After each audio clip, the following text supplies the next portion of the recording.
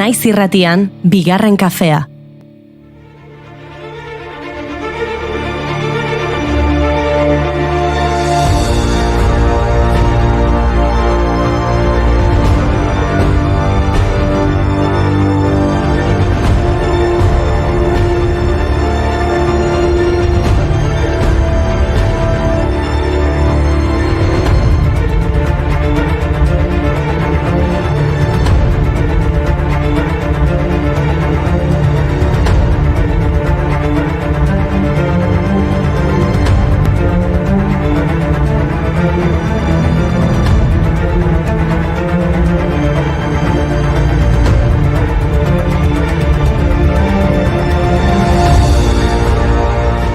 Arratsaldeon eta ongi etorri bigarren kafera, zorionak entzuten gaituzuen musikari guztioi. Gaur azaroak 22 musikaren mundu eguna da. Beste hainbatek bezala jatorri kristaua du ospakizun honek. Izan ere, data hau Santa Cecilia musikarien zaindariaren omenez aukeratu zuten.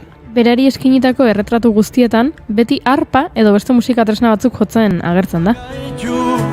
Musikak salbatuko gaitu. Baina naziontan nigerik egiten, ezerik heldu ezinik. Baina musikaren eta musikarien egun hontan albiste txar bat topatu dugu pentagraman. Bart, Pablo Milanes abeslaria hilda. Milanes kubatar musikako ahotsik ospetsuenetakoa, Nueva Trobako soinuaren sortzaile eta egile izan zen, Silvio Rodríguez eta Noel Nikola artista ezagunekin batera. 40 disko kaleratu zituen bere ibilbide oparoan zehar, eta merezitako sari ugari jaso zituen. 100 abesti ditu, baina saio honetan bereziki gustatzen zaigu El breve espacio en que no estás. 72 urterekin zendu da, urte luzez sufritu duen minbiziaren ondorioz. Todavía quedan restos de humedad. Sus olores llenan ya mi soledad.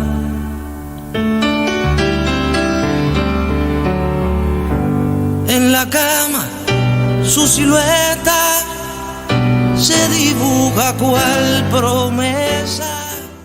Baina abesti hau 1984koa da. Ezin du gure abesti gustoko nahi izan. Nola? Spotify enpresarentzat egindako ikerketa batean, Seth Stephens Davidovich zientzialariak ondorioztatu zuen gure abesti kuttunenak 14 urte genituenean kaleratutakoak direla. Hau da, nera beginela, 14 urterekin deskubritu genuela gure abesti gustukoena eta horrela jarraitzen duela izaten. Tira, hori gizonen kasuan. Emakumeok dirudienez 13 urte genituenean argitaratutakoak omen dira gustokoenak. Badakizue, neskok beti pauso bat aurretik. Bitxia, benetan. Beraz, heltzen garenean ere, nahiago izaten dugu nerabezaroan deskubritutako musika. Nerabezarotu ginen, ez nekien, oraindik lotzinen, egurretalaztan artean, ikasi nuen arabearrez, takaldu zintudan lehenaldi. Ea egia den, Inigo, ze urtetan zenituen zuk 14 urte? 1989an eta ez hasi adinaren kontuarekin, Nik ez dut txintik esan. Begira, ea besti hauetako baten zure gustokoena. 1989an argitaratu ziren adibidez, Britney Spearsen Baby One More Time, Ricky Martinen Living la Vida Loca, Lou Begaren Mambo No. 5... Edo tira, gurera gerturatuta, La Oreja de Van Goghen, Cuéntame al oído. 1989ko abesti erromantikoena izendatu zuten.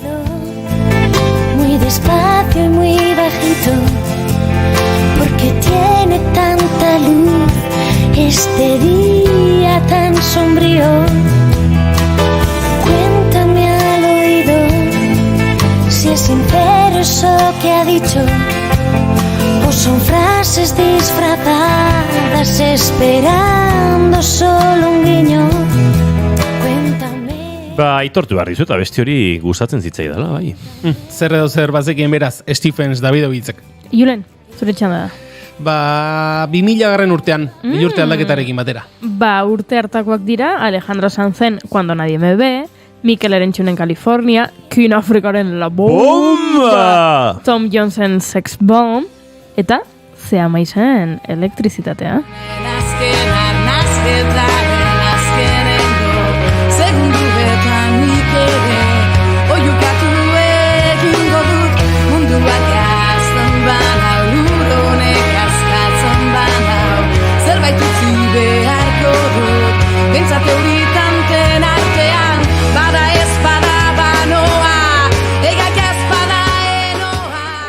Goiuri, zuk 13 urte, 2007an edukiko zenituen beraz.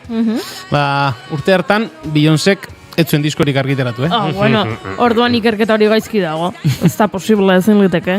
Baina asko gustatzen zaizun euskal abeslari batek bai kaleratu zuen, 2007 urtekoa da Mikel Urdangarinen anek idatzi dit zutaz diskoa. Bai, abesti kutxu nahi daude diskortan, bai. Ama izan zinen maiatzen, jun jarri diozu izena, jende honaren izena, San Juan gaua zan. Ez dakigu, ikerketa hori guztiz egie den ala ez, ezin baitugu gure abesti gustukoen aukeratu. Hori, doinuetatik haratago tartera gonbidatzen ditugun gonbidatuei utziko diegu. Guk bitartean musikaz gozatzen jarraituko dugu kafe bero-beroa hartzen dugun bitartean. Boi, izango nuke hotza gaurkoa. Kontu zibilien zule maite. Eta ez gerturatu kostaldera. Euskalmet Euskal Meteorologia Agentziak iragarri du 5 metro terdiko olatuak izango ditugula kostaldean. Intziriak ere serki, ez lo kanta, ez olerki. Intziriak ere serki, egun senti. Hemen bihar gaur da beti. Triste dago lurrozoa. Eta musikaz gain, zertaz ariko gara ba gaur? Amagoia Mujika Telleriak idatzi eta Bizipoza elkarteak argitaratu duen Munduak guztiontzat beharko luke, baina ez da, liburuaz eta larun baterako antolatu duten jardunaldi baten inguruan ariko gara Amagoia Mujika berarekin eta Bizipoza elkarteko koordinatzaile den Leire Elizegirekin. Eta atzaipatu genuen bezala, Ebede Bonafini hiltzen igandean, eta Marcos Tegin gure kolaboratzaile argentinarrak Madres de la Plaza de Mayo ekimenari buruz hitz egingo dugu. Amurrioko bertsoaldiaren ajea dugu oraindik eta Alaia Martinen ganbarako lanaren arira edoskitzea zariko gara gaur. Titio kanpora! Azaroak 22 ditu gaur eta asteartea da ongietorri guztioi bigarren kafera, bai, bi tiri, kanpora. Bai. Ongietorri guztioi!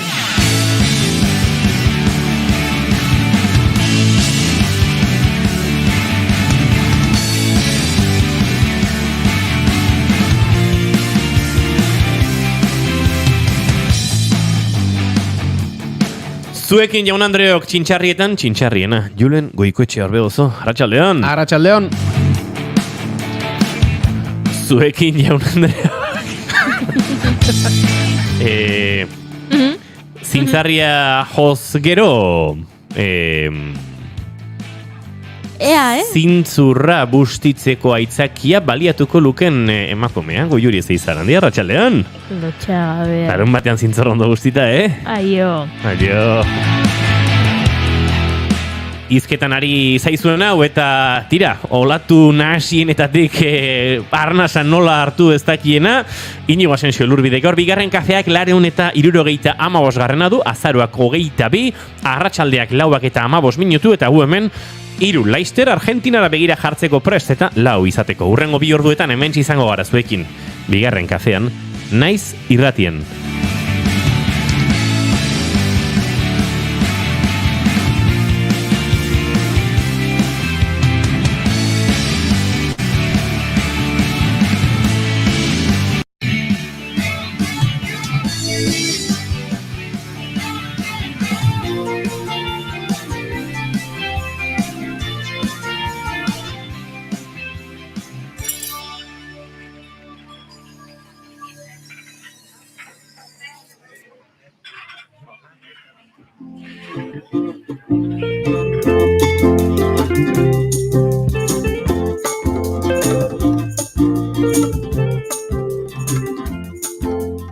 I had to leave you and go away, but I think about you every day.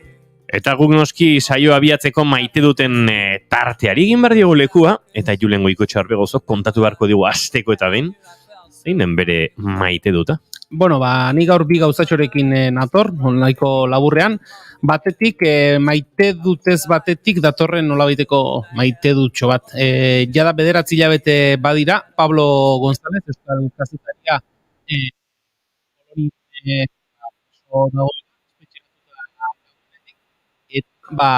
gaur jakin dugu, atzo, lehenengo aldiz, bere bikotekideak, Oiana Goirirenak, berarekin egoteko aukera izan duela, Poloniako randomeko kartzelan, 2 orduz elkarrekin egoteko aukera izan dute, eta tira, bere bikotekideak aipatu du, hortxe dagoela, uste baino, bueno, ez duela gaizki ikusi, baina jasotzen ari den trato, 9 hilabetean espetxan egon da, gogor ari dela izaten, pixosko galduta aurkitu duela, eta hori alde batetik, eta bestetik, beste ematetan ere karri duen kontua da, baina iragan larun batean, Bilboko kafe antzoken izan nintzen Morgan taldea ikusten, eta nik ez du sekula ulertuko nola gertaliteken, norbaitek sarrera bat ordaindu kontzertu batera joateko, eta gero kontzertu guztiak kasik ere estenatokiari bizkarra eman dezut esango, baina erdi zeharka edo alboka jarrita ondokarekin hitz eta hitz aritzea, eta nire kasuan gainera, nire aurrean justu bikote bat jarri zen,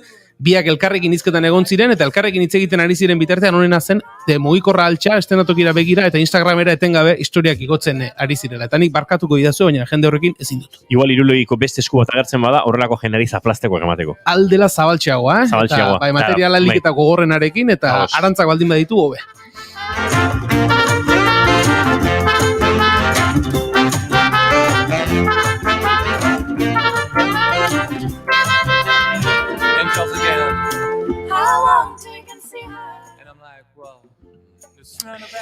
Uste dut gaur denak Polonia inguruan ibili nahi genuela, ze Goiuriren aurpegi ikusi dut nik eta bere maite duta ere giro horretan zebilen.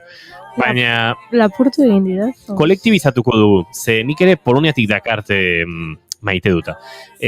Bueno, Poloniatik entzun hau.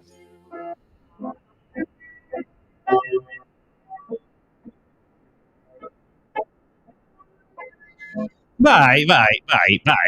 Do menor eta do mayor. Carlos, piroli zirana ez, beste aitur gaiz. Bai, pianorrek, nigo, ondo esanean. Bai, afinazio bueltaxka beharko luke, bai, gure lagune arratibele gorti bueltan egon beharko luke. Gaur, Santa Cecilia eguna balietu du Carlos Iturgaizek musikariak zoriontzeko, noski, Polonia den Chopinen obra bate interpretatuz, eta berezik gogoratu nahi izan ditu Ukrainiako musikariak eta Errusiarren gupida gabe hau bizi dutenak. Poloniara begira eta gogoratu dute da, Pablo González-ekin, baina uste dut ez Iturgaiz beste kontu eta batzuetan bazebilela. Hala ere, Errusiarren gerra gaizki, Carlitos, baina ustazu piano jotzen.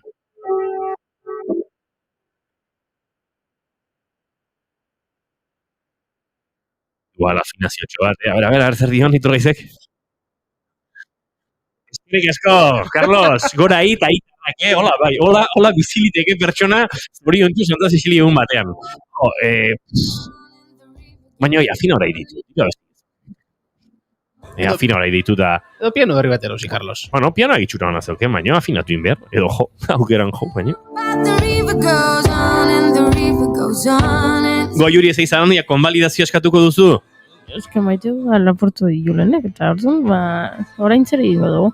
Ez nik esango bakarra da, bat egiten dudala Julenen maite dutarekin, eta gaur albistea irakurtzan, ezin nuela, eta imaginatu ere egin, 9 hilabete zure bikotea ikusi gabe ondoren, soilik 2 orduko tartea dukitza berarekin. Eta Poloniako inteligentziako agente bat ondoan zutela. Ondoan zutela, bai, haze plana.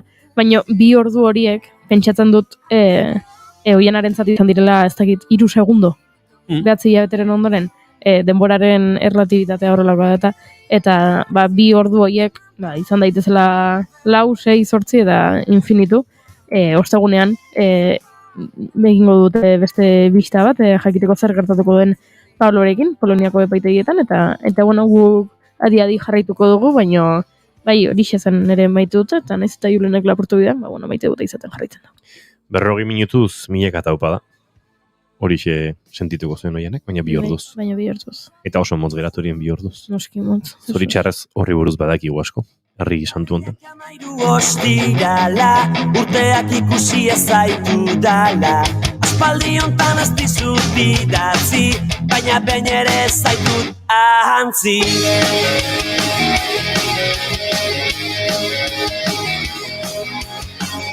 Marcos Tedin Uriburu, Buenos Airestik zuzenean, naiz irratiaren sintonian, naiz irratiaren uinetan, arratsaldeon eta ongi etorri.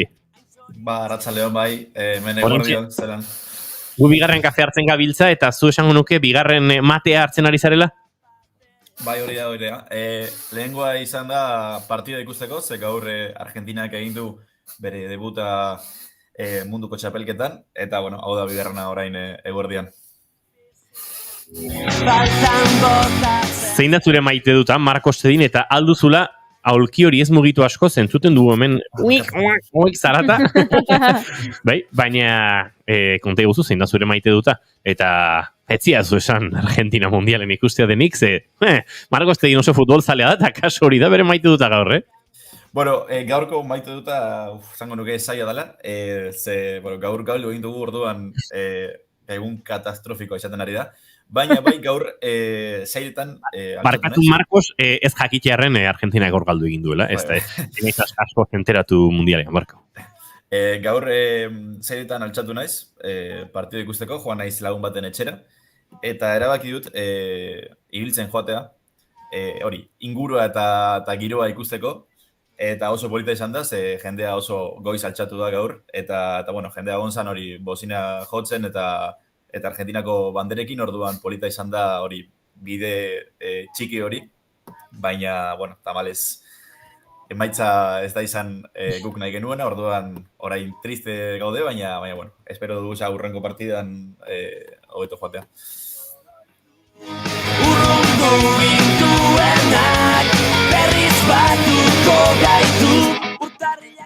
Marcos Zedinekin ari gara, baina ezertan murgildu aurretik, guk zozketa berezia daukagu zuentzat. Marcos, zuri zer moduz datorkizu larun bat ontan, Baionan, bertso saio eder bat ikustea, bertso txapelketa nagusikoa, akaso gogoak gehiago aukerak baino? Bai, gustatuko ditzadeke, baina hori, fijatu behar naiz aukerak egazkin txartelak eta hori. Bueno, egian fijatuko naiz gero saio eta gero, fijatuko naiz Iberian, ia kartel merke bat aurkitzen badut.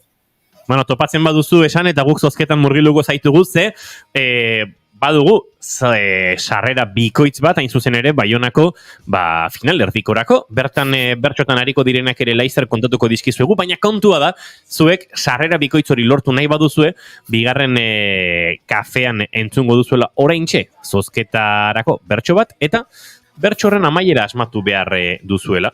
Eta amaiera hori asmatzerakoan, WhatsAppa bota behar duzuela hain zuzen ere, naiz irratiaren WhatsApp zenbakira orain esango dizuegu, apuntatu ondo, 6-lau-lau, 6-lau-lau, bigarren kafearen eskurago baduzue, 6-8-8-7-2-8-lau, streaminez idatzi nahi badiguzue, oraintxe, plan, bota streaming bitartez, zuen erantzuna, baina oraintxe gertatu behar du. Naiz dituzun ritmo ta pausaje eskasak, egon gelan egin nahi dantzaldi demasak, beti ez dira izaten zurekin errazak, nire ordez ez aldizu balio. Nire ordez ez aldizu balio. Marcos Zedin, zuke ez esan noski, baina asmatuko altzen nuke bertsonen amaiera? Naiz oso trebea. Horrendik kosta egin zait. Zaiatu nintzen behin, eta hori ez dekote askantasunik hori egiteko. Bueno, eskasak, demasak, zeintzan bestitza, hor riman ez errazak, eskasak, demasak errazak, eta azken bertsoa izteko azken errima, hori da asmatu behar dena. Naiz dituzun ritmo ta pausaje eskasak, eskasak, miren amorizada, 2017ko lehiaketan. Gelan egin nahi dantzaldi demasak, beti ez dira izaten zurekin errazak, nire ordez ez aldizu balio. Nire ordez ez aldizu balio. Ba hori da kontua, idatzi 644-632-999, naiz irratiaren WhatsAppera, bigarren kafearen abestela, 688, 722-4 streaming ez oraintxe jarraitzen duzuenek ere bidal dezakezu zuen erantzuna, nola amaitzen da Miren Amurizaren bertso hau, eta bi sarrera dauzkagu, sarrera bikoitz bat, Baionako saiorako, Beñat Gaztelumendi, Inaorto Martikorena, Julio Soto, Nerea Ibarzabal, Sustra Ikolina eta Unai Agirri izango dira bertan bertxotan, eta guk ostiral goizean, Aria saioan, Ainara Rodriguezen eskutan izango da, zozketa hori gauzatu eta garaia norden esatea. Beraz, adiadi jarraitu barko duzue, egunero, naiz irratia eta asmatu. Asmatzen bazoazten, egunez egun, bertso bera izango dugu, aste guztian zehar, baina akaso gaur inspirazioak ez badizue errima hori, hitz hori, edo hitz pare hori, hitz joku hori, zer den, ekarri, akaso urrengo egunetan ekarriko dizue. Hala, zorte guzti egin, ondo pasa Baionan.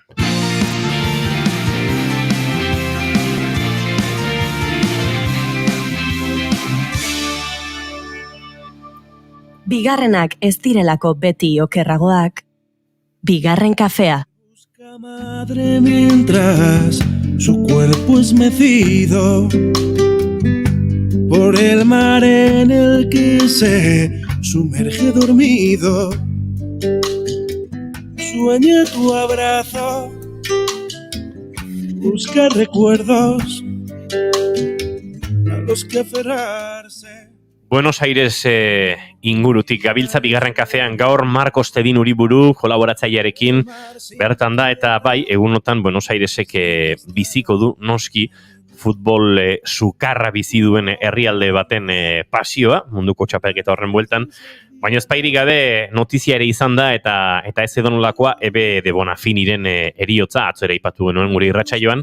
Eta jakinarazi gain izuen, Argentinatik bertatik gure argentinorik euskaldunenak ekarriko zigula, zeintzen giroa Argentinan, zeintzen giroa Buenos Airesen, eta Marcos pentsatzen dut, tira, negarra ere izango zela, Bonafini emakume ikoniko eta eredugarri izan delako Argentinako giza eskubideen borrokan, era berean goxotasunez, urte batzuk bazituelako dagoeneko eta borroka luzeak eta kaso bazegokiolako ari ere atxeden hartzeko garaia, ze giro Argentinan konta iguzu, nor den Bonafini, nor diren, maiatzeko plazaren amak mugimendu hori guztia eta nola dagoen Argentina notizionen aurrean.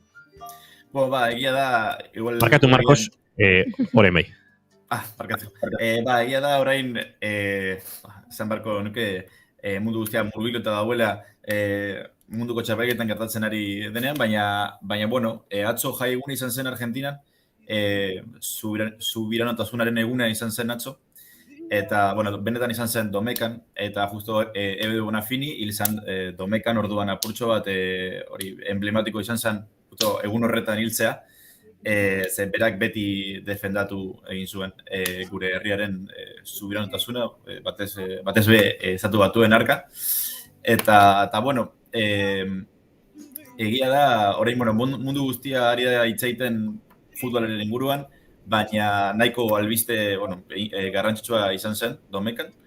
Eta bai, bera izan zen maiatzaren plazako ama taldearen sortzaile, orain dela 40 piko urte, eta, talde hori sortu zen Argentinako azken diktaduran, ezakite zenbat jendek jakingo duen Euskal Herrian, baina gure azken diktaduran jende asko desagertu egin zen, 30.000 pertsona desagertu ziren, hori da esaten dutena, Eta, debekatuta zegoen hori diktaduraren aurkako protestak egitea eta hori dana, politika debekatuta zegoen momentu hartan. Eta, ama batzuk,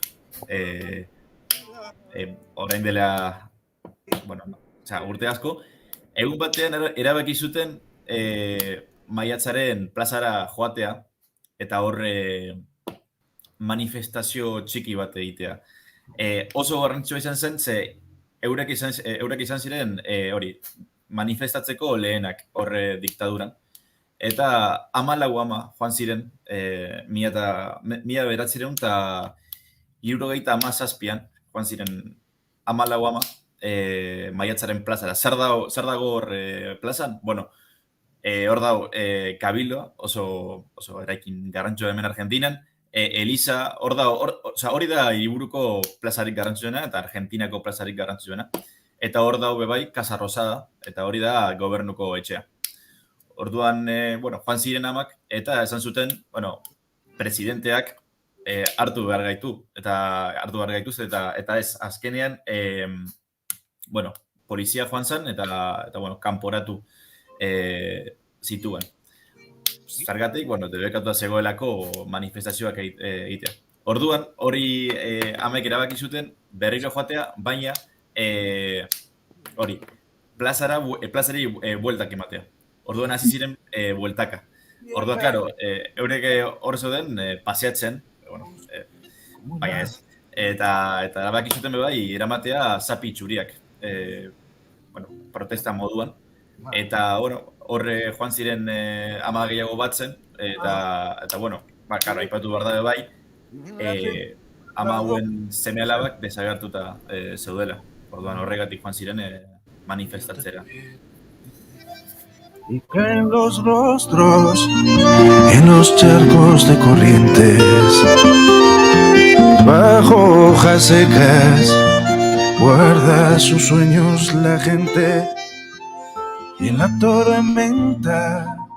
Ura izan zen abia puntua, Marcos, hortik aurrera, ez dakit, mugimendu politiko, erakunde soziopolitiko, kultural, denetarik ez, izan den, eta oraindik ere baden, mugimendu bati bidea emateko, antxe hasi zen ura, gero hitz egingo dugu demokraziaren heltzearekin ere, izan zutela eurek euren protagonismoa, lotuko dugu ere, aurrekoan aipatu zen igun Argentinan 1985 filmarekin, baina Bonafini eta arekin batera, ez, mugimendua sortu zutenek, mugimendu hau luze eta tinko mantendu dute, nik gogoan dut, Buenos Airesen 10 ordu pasa ditut bizitzan, eta zorioneko ni amak antxe zeudela plazan, uste dut ostegunetan biltzen direla oraindik ere ez, eta, kasualitatea ostegun bat zen, eta antxe topatu nituen, eta bere biziko poza eman zidan. Ze badira ez, esango nuke giza eskubideen aldarrikapen, eta borrokari dagokionez, Marcos, eredu handiak Argentinan, Amerika Latina osoan, eta kaso,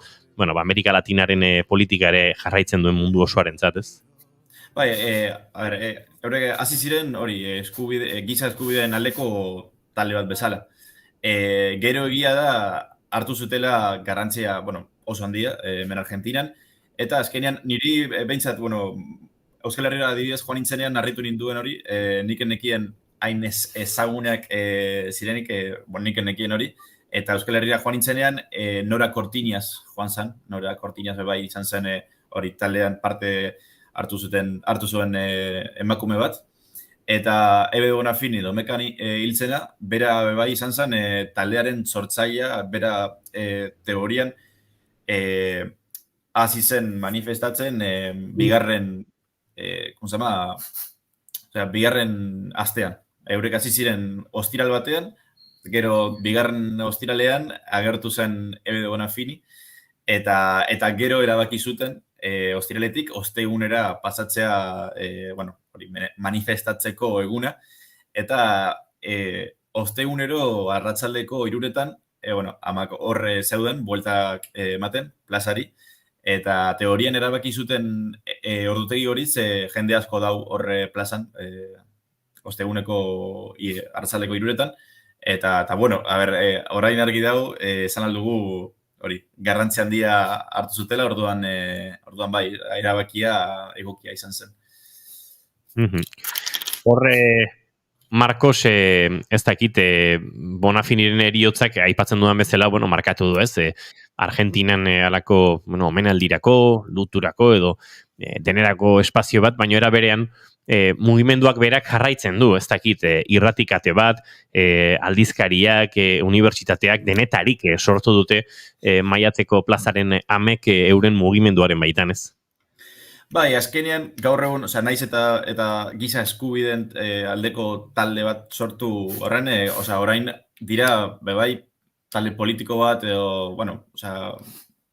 orain asko handiagoa da, lehen baino, orduan bai, oso garrantzuak dira, Estela Carlotto bai oso persona garrantzua da gaur egun Argentinan, eta beti gai guztietan agertuko dira, eta beti eukingo dute zeo zer esateko. Azkenean, eurek egin zutena momentuan, garai hartan, bueno, benetan izan zen oso garrantzitsua, izan ere, bueno, aipatu dudan moduan, lehenak izan ziren, diktaduraren aurkan manifestatzeko, orduan, gaur egun nik uste dut, beti egongo da polemika, ez da, pertsona guztien inguruan beti egongo da polemika, baina nik uste dut respetu handia izan behar dugula, baina bai, gaur egun gai guztietan daude eta askotan, jendeak askotan eztabaidatzen du euren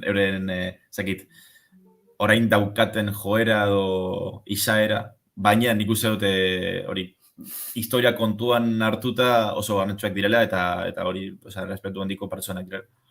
Aipatu duzu, zuztean harrapatu zintuela Euskal Herrian zenbat genekien, Maiatzeko plazaren ama hoien inguruan, pentsa, Fermin Muguruzak dagoeneko igo ditugu juri hainbat argazki, Ebe de Bonafinirekin ateratakoak. Bai, bat, 84ean, Ebe Donostian izan zenekoa, orain ikusten ari garen hau, hementxe ikusten dugu Ebe de Bonafini eta Fermin ari zaiola gauzak erakusten, eta manifestari gehiago daudela atzean, hau Donostian ateratakoa da, gerora inbatetan egon dira elkarrekin, eta begira nola dauden lotuta gure kolaborazio guztiak, ze Marcosek hitz egin zigun Black Beltza bi Ainoaren Argentinan erakutsi zutenekoa, eta Ferminek kontatu du elkarrizketa guztiak, pelikulari buruzko elkarrizketa guztiak Buenos Airesen egin dituela Madres de la Plaza de Mayo elkartean.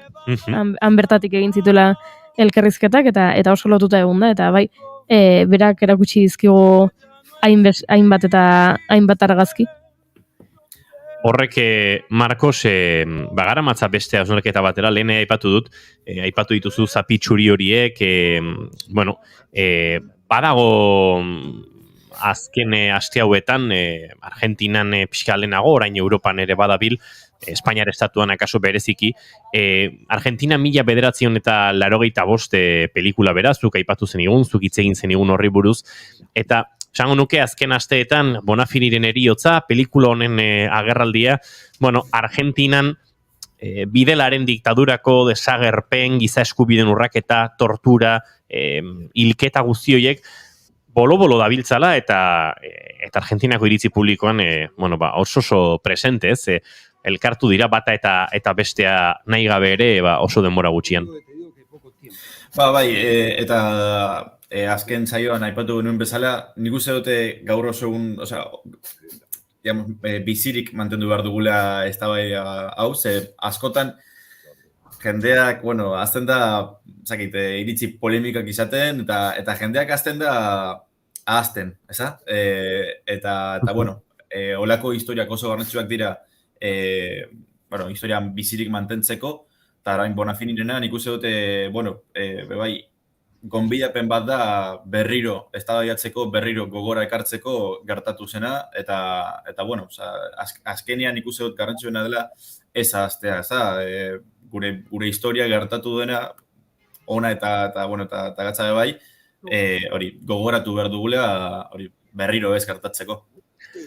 Fasismoaren eta intolerantziaren inguruko pelikula gogorra, testigantza oso gogorrak biltzen dituena, ez da spoilerrik egiteko arriskurik, bueno, Argentinako prozesu juridiko honek zea emaitza izan zuen jakin ere badakigulako noski, baina egia da pelikula gogorra egiten dela, bueno, empatia handia sort daitekeela hainbat protagonistekin, eta badaudela ez, olako transformazio arku batzuk oso interesgarriak, indar militar hori, bueno, armadaren defentsatik abiatu eta pelikulan zehar, epaiketak bueno, argitara emandako testigantza, esandako giza eskubideen urraketa eta bestelakoak medio, euren iritzi aldatzen duten pertsonaiak eta onkigarri gertatzen dira, eta uler dezaket, bueno, nik atzo gauen ikusi nuen pelikula, oso gomendagarria da, baina uler dezaket Argentinan ere ikusi zuten entzat sortu zuen bueno, impactu hori, eragin hori eta mugimendu emozional hori, ze, bueno, jakiteak ez du katzen, batzutan ahaztu ere egiten ditugula, ez, gure herri santu honetan ere, baditu horrelako egoerak, gogoan dute zinemaldi izan zenean ere, bai, hainbat pelikula ere aipatu genituela, bueno, torturak zirela, giza eskubideen urraketak zirela eta bestelakoak, eta testigantza horiek benetan gogorrak egiten dira, eta bueno, pelikula honetan pentsa 30.000 desagertutako tazari gara, bueno, interpretazioak ikaragarri onak ere gertatzen dira, ez bakarrik Ricardo Darinenak, orokorrean esango nuke oso reparto maila handikoa duela pelikulak, eta bai, zinez gomendagarria, baina hor Marcos ere ageri dira, ez, simbolo politiko bezala, zapi zuri hoiek, nola epaiketaren aurretik Maiatzeko plazako amek kendu behar duten zapia, fasistek, edo, bueno, bai, epaituen defentsak, fasistak ziren, hori horrela da, epaiketa bertan bera usteko arrisku edo argudio bezala erabil zitzaketelako zapi hoiek, eta dena nahi gabe hor oso lotuta dago, ez, 70ko amaiera, 80ko hasierako urte hoiekin, eta gerora demokraziako lehen zuen urteekin, ez?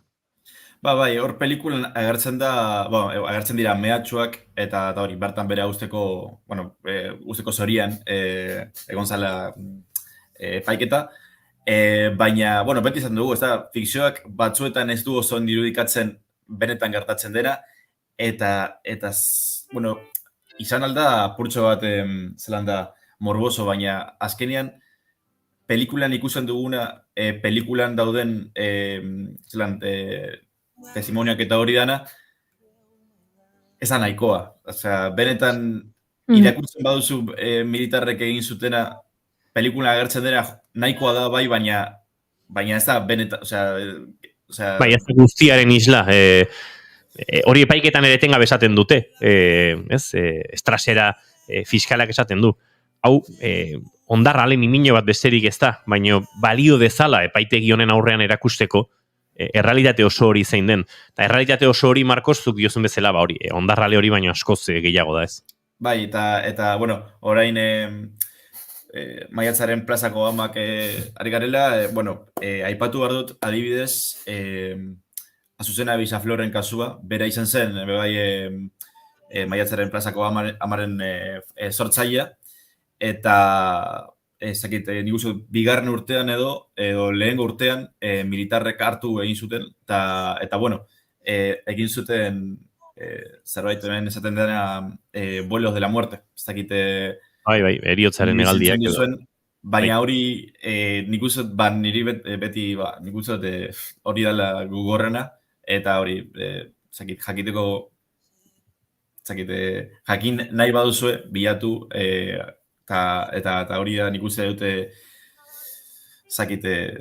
hori bai irudikatzen duela gertatu zena, eta bueno, hori pelikulan ezin da ipini, nik uste dute hori ezin da jarri, ze gogorregia izango zen, baina bai, orduan, gai hau beti izaten da gogorra eta hitz egiteko zaila, baina bueno, orduan olako historiak agertzea beti, bueno, ospatzekoa da, ez? Argentinan gara Marcos Zedinekin eta arekin ere lotura badu gaur sarrena aipatu dugun Pablo Milanes musikariku batarraren eriotzak. Omenaldi modura ere baliatuko dugu giza eskubideen defentsan, bueno, Maiatzeko plazaren amak, Argentinako diktadura, erbestea, horiek guztiak ere barne biltzen zituelako bere kantu gintzan, eta beste bat kontu. 50 disko inguru grabatu zituen Milanesek, 75ean Jose Martiren bertsoetatik abietutako bersos disko hartatik azken urteotan, 2021 antologia pertsonal argitaratu bitartean. Iraultzari abestu zion, Nueva Trova Cubana horren parte izan zen, Silvio Rodríguez eta Noel Nikolarekin batera, uharteko abesti klasikoak ere interpretatu zituen, Konpai Segundo edo Txutxo Baldez bezalako erraldoiekin, maitasunari kantuan, baina baita kontinentean maitasun genero nagusi ere izan zen bolerotik, ia guztirako espazio izan zuen, bere herrialdeari ere letrak idazteko, uharte hau maite dut, edota ni barkatu ez naiz gizarte perfektu batean bizi bezalako kantuekin, baina baita Latinoamerikako beste hainbat nazioi hortartean Chile edota Nicaragua. Eta Txileri hain zuzen ere abesten zion hain ikoniko ere eta hain garrantzitsu bihurtu zen kantu hau bera.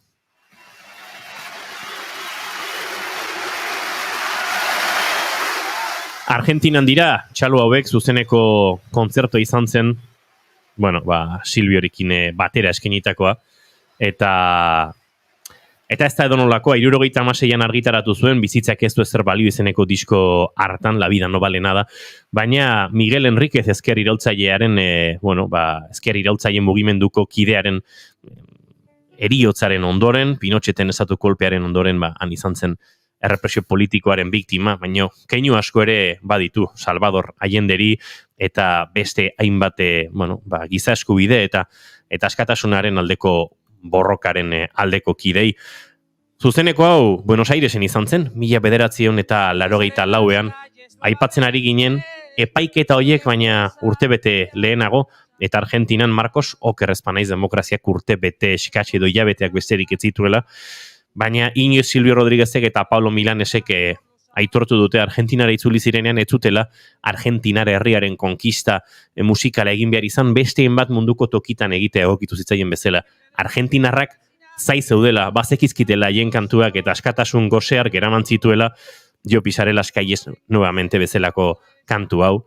Koreatzera, elkarrekin abestera eta beraientzako bizitzako kontzertu berezienetakoa izan zen hartara. Beraz, balio dezala, Argentinak, Bonafirinen eriotzak, eta baita Pablo Milanesenek ere irudikatzeko iragan urrun horretan izan zirela askatasunagatik borrokatu, kantatu eta plazetan egon zirenak, eta egoten jarraitu beharko dutela guk euren bideari heldu eta euren kantuak ere askotan inspirazio iturri baliatzen ditugula.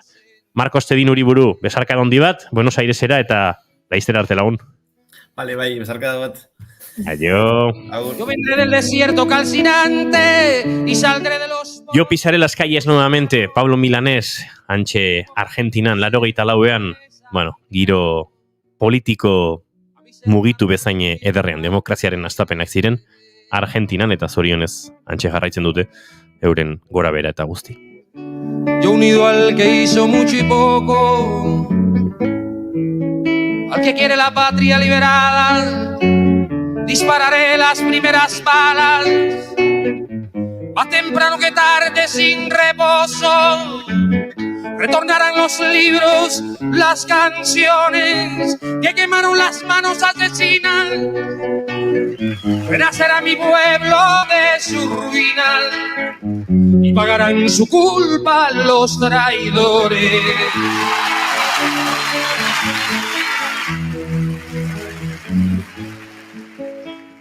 Un niño jugará en una alameda y cantará con sus amigos nuevos. Si ese canto será el canto del suelo, a una vida cegada en la moneda. Yo pisaré las calles nuevamente de lo que fue Santiago ensangrentada y en una hermosa plaza liberada me detendré a llorar por los ausentes.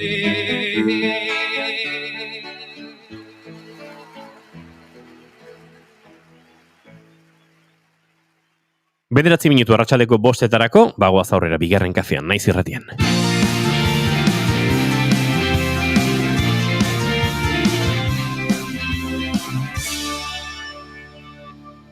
Bigarrenak ez direlako beti okerragoak, bigarren kafea. Eta brotxolaritzari begira jarri behar dugu. Ze badugu zer aztertu azken asteburonek utzi digunetik, Goiuri. Bai, Alaia Martinek irabazi zuen Amurrioko saioa, eta 676 puntu lortuta, dagoeneko 1.205 puntu dauzka. Beraz, puntuaketan taulan leheneko postuan dago. Eta ez da harritzekoa sekulako saioa egin zuen, bai berak eta baita beste bertsolariek ere, Eta bereziki, unkitu gintuzten, ganbarako ofizioan egindako bertsoek. 3 bertso kantatzeko, gaur arte ez zara usartu. Oraingoan, erantzun egin duzu gaia edukizuten ganbarako lanean. Baten bat oraindik negarrez ariko da Oiana Iguaranen bertsoengatik, baina Martinenak izan ziren puntu gehien lortu zituztenak. Kafetegian nengoen, pozik nire aldartean, txikia eta biok lehen, egonak ginen parkean, kafe bat eskatu dut ta, eseri gara atean, ta ondoan begiradak, mintzeko borondatean, oraindik ere titian, oraindik ere katean, ta ala erantzun diot defentsan ez atakean, bularra emango diot ala nahi dugun artean, bularra emango diot ala nahi dugun artean. Juhu! Kokatzeko eta ohartu ez bazarete, kafetegi batean kokatu zuen bere burua alaiak eta aur txikiari dago bertan titia ematen eta ondokoak marmarka hasi zaizkio. Zein ohikoa den hau, izan ere oraindik tabu izaten jarraitzen dela dirudi. Philips enpresak makroinkesta bat egin du udara hontan edoskitzearen munduko astearen harira. 25 herrialdetako 6.000 pertsonari galdeketa egin zieten, 6.000 amari, eta datuek azaldu digute zergatik diren hain beharrezkoak Martinen bertsoak. Izan eure, 52%ari lotxa ematen dio kalean bularra emateak, erdiari baino gehiagori. Hala ere, gehienek esan zuten lotxa hori galdu nahiko luketela, umea goze dela nabaritu bezain pronto, elikatu nahi behitute aurra. Eta hori askotan kalean zaudela gertatzen da. Zer egin beraz lotxa hori gainditzeko? Ba, 26%ak esan zuen, erosoago sentituko liratekeela beste amak ikusiko balituzte horixe egiten. Hau da, pentsa zuzara, lehenengo aldiz ama izan zara, eta kaletik zoaz, eta sentitzen duzu zure semea edo zure alaba goze dela, eta titia eman nahi diozu, baino, klaro, lehenengo aldia da, lotxa ematen dizu, agian ikusten balin baduzu, parkean bertan beste ama bat dagoela, bularra ematen, bere aurrari, agian pentsatuko duzu. Begira, beste amek hause egiten dutenik ere horrela egingo dut. Baina, klaro, gehienek lotxa sentitzen balin badute, hemen sortzen da sorgin begia. Hau da, lotxa sentitzen du emakume batek, orduan ez du egiten, orduan bestek ikusten dute ez duela egiten, orduan eurek ere ez dute egiten, eta horrela, sekulako arazoa. Hala ere, esaten dute, baietz, beste amak ikustea oso garrantzitsua dela, baina bikotearen babesa ezinezkoa dela horretarako. Beraz, ondoan, ama bat balin badokazue, esaiozue, animatu ezazue, kalean bularra eman behar balin badu, eman dezala, ez dagoela arazorik, guztiz naturala dela, eta animatu ezazue egitera, ze agian hori pasako zaio, nahi duela, baina lotxa ematen diola. Gainera, galdetutako emakume horiek argi utzi zuten, publikoki bularra emango luketela hori egiteko eskubidea bermatzeko lege gehiago baleude. Zein da egoera gurean? Agian hau ez duzue jakingo, baina Euskadin behintzat badago lege bat, edo araua behintzat, eta horrek esan nahi du bularra ematea eskubide bat dela. Eta hau 2015etik daukago. Beraz, inorke leporatuko balizu titia ematen, bularra ematen egotea, esan zen izaioke, barkatu hau legeak dagoeneko onartzen du, eta nire eskubide bada, eta iso. Eta iso, eta iso, bai, bereziki 2015etik, lehen ere iso, legea eduki gabe ere iso, hori da. Baina 2015etik aurrera, are gehiago izan ere, Eusko Jaurlaritzak Osakidetza Euskal Osasun Sistemako pertsonen eskubide eta betebeharren karta onartu zuen urte hartan, haze izen luzea, eta kartaren 9. artikuluak dio, sexu eta ugalketa osasunari buruzko osasun laguntza espezifikoari egiten dira referentzia. Adierazten du emakumek eskubidea dutela edoskitzearen arloan informazioa eta prestakuntza jasotzeko, aurren elikaduran haien erabilera sustatzeko eta seme-alabei edozein espazio publikotan bularra emateko. Aurreko eskubide eta betebeharren gutuna 1989 urtetik zegoen indarrean Osakidetzan, pentsa orduan zelako aldaketa izango zen, ez? 89tik 2015era. Baina bai, 2015tik aurrera emakume guztiek eskubidea dute. Batetik informazioa jasotzeko eta bestetik publikoki bularra emateko, alaiak dioen bezala. 2 urtetan pasatuak hainbat ta hainbat une txar. Zenbat titiburu zauriz eta zenbat senda belar. Baina ikasten joan gara, denbora dago galtzear. Ta oraindik ere zara, hain auskor eta hain mehar.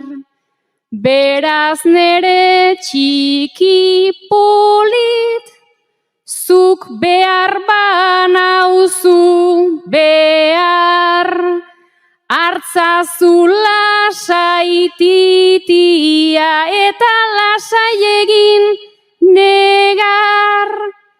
Ta nahi dugun erritmoan, askatuko dugu elkar.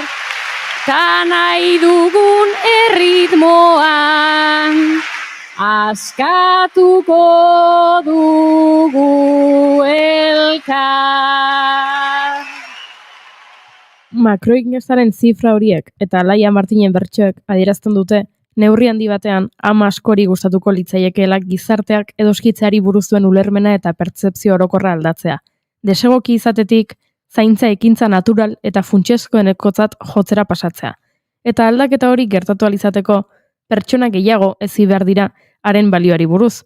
Horri buruzko elkarrizketa gehiago eduki behar ditugu, eta gurasoek beren aurrak modu natural eta erosonean elikatzeko dituzen aukerak defendatu behar ditugu. Beraz, eskerrik asko Alaia. Eskerrik asko Alaia eta eskerrik asko zuri Goiuri. 40 segundu besterik ez arratsaldeko 5:00 eta segituan azken orduaren bila joko dugu, Naiz Irratiaren estudio zentraletara. Musika da protagonista, baina entzuten dugunaren atzean zer dagoen ere jakina izaten dugu musikaria saioan. Astelehenetik ostiralera 10:00 solasaldiaren ostean hasi eta eguerdia bitarte Naiz Irratian.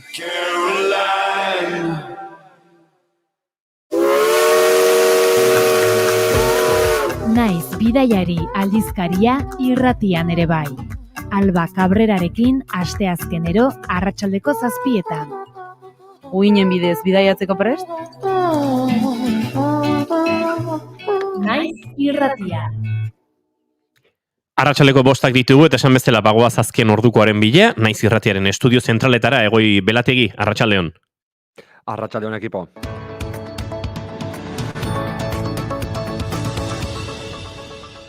Bostak puntu-puntuan eta lehen xeago emandako albistean sakonduko dugu, Naiz Irratiko boletin informatiboan aurrekontuan negoziazioen baitan Lakuako ekonomia eta Ogasun Sailarekin egindako 3. bileraren ostean, EH Bilduk iragarri dolako ez duela negoziatzen jarraituko. Herritarrekiko errespetuagatik Maialen Iriartek EH Bilduren bozeramaleak Gasteizko parlamentuan adierazi du, koalizio abertzaleak erabaki duela ekonomia eta Ogasun Sailarekin negoziatzen ez jarraitzea esan bezala, Osakidetzaren inguruan ala etxebizitzaren inguruan esatera negoziatzeko borondate erreala ez duelako agertulakoak. Gaur gobernuari esan diogu, egin digugun proposamenak ez dioela erantzuten inondik inora Euskal Herria Bilduk mahai gainean jarritako arazoak erantzuteko dagoen beharrari, eta zentzu horretan Euskal Herria Bilduk ez duela jarraituko borondaterik ikusi ez duenez gobernu honen aldetik eszenifikazio bat egiten. Iruditzen zaigu egoera benetan konplexua eta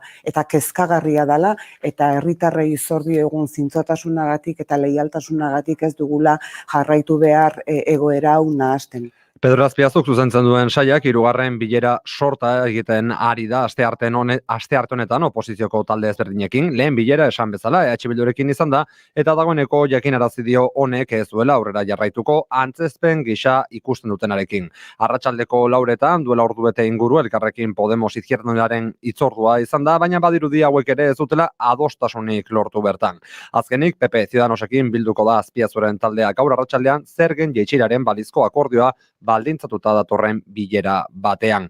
Bestalde, jakin dugu baitere duela minutu gutxi, Joseba Arregi berriz espetxeratu izanaren aurkako adierazpen bat onartu duela aho batez Oñatiko udalbatzak.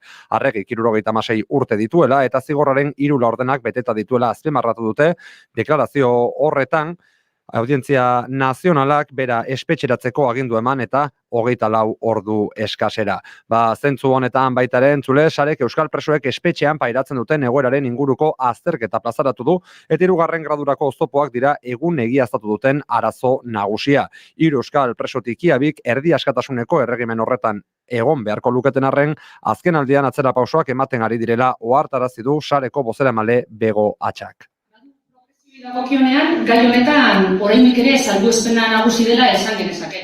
Kondenaren erdia bete duten euskal preso guztiak egokiak dira beraz, 3. gradua eskuratzeko eta erdi askatasuna erdiesteko. Baina hala ere, behin eta berriz ez zaie ematen. Arratsaldeko 5:03 minutu agurasan baino lehen errepidetara bista dizua eta esango dizuegu trafiko zuzendaritzak diola lasai ditugula errepideak arratsaldeko ordu honetan. 5:03 minutu beraz konexioa itzultzen diogu bigarren kafeari eta albiste gehiago hemendik 57 minutura informazioaren ariaren 3. edizioan. Gero arte. Naiz irratia. Eskerrik asko Egoi Belategi esan da bezala 5:03 minutu, bagoaz aurrera.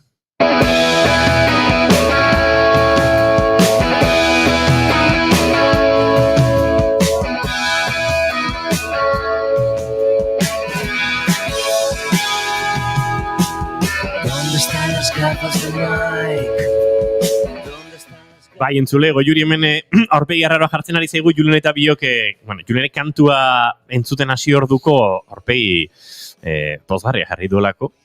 Urte batzuk baditu kantuek, eta baginen gu, ez da nora bait bidaiaren batean, 2007an, eta disko honi buelta batzuk eman dizkio, gainera hemen Carlos Arantzegi da baterian, disko hau oso goza xelebrea da, ze izeta estudio izan dakoetan elkarreko mai analogikoarekin grabatu zuten.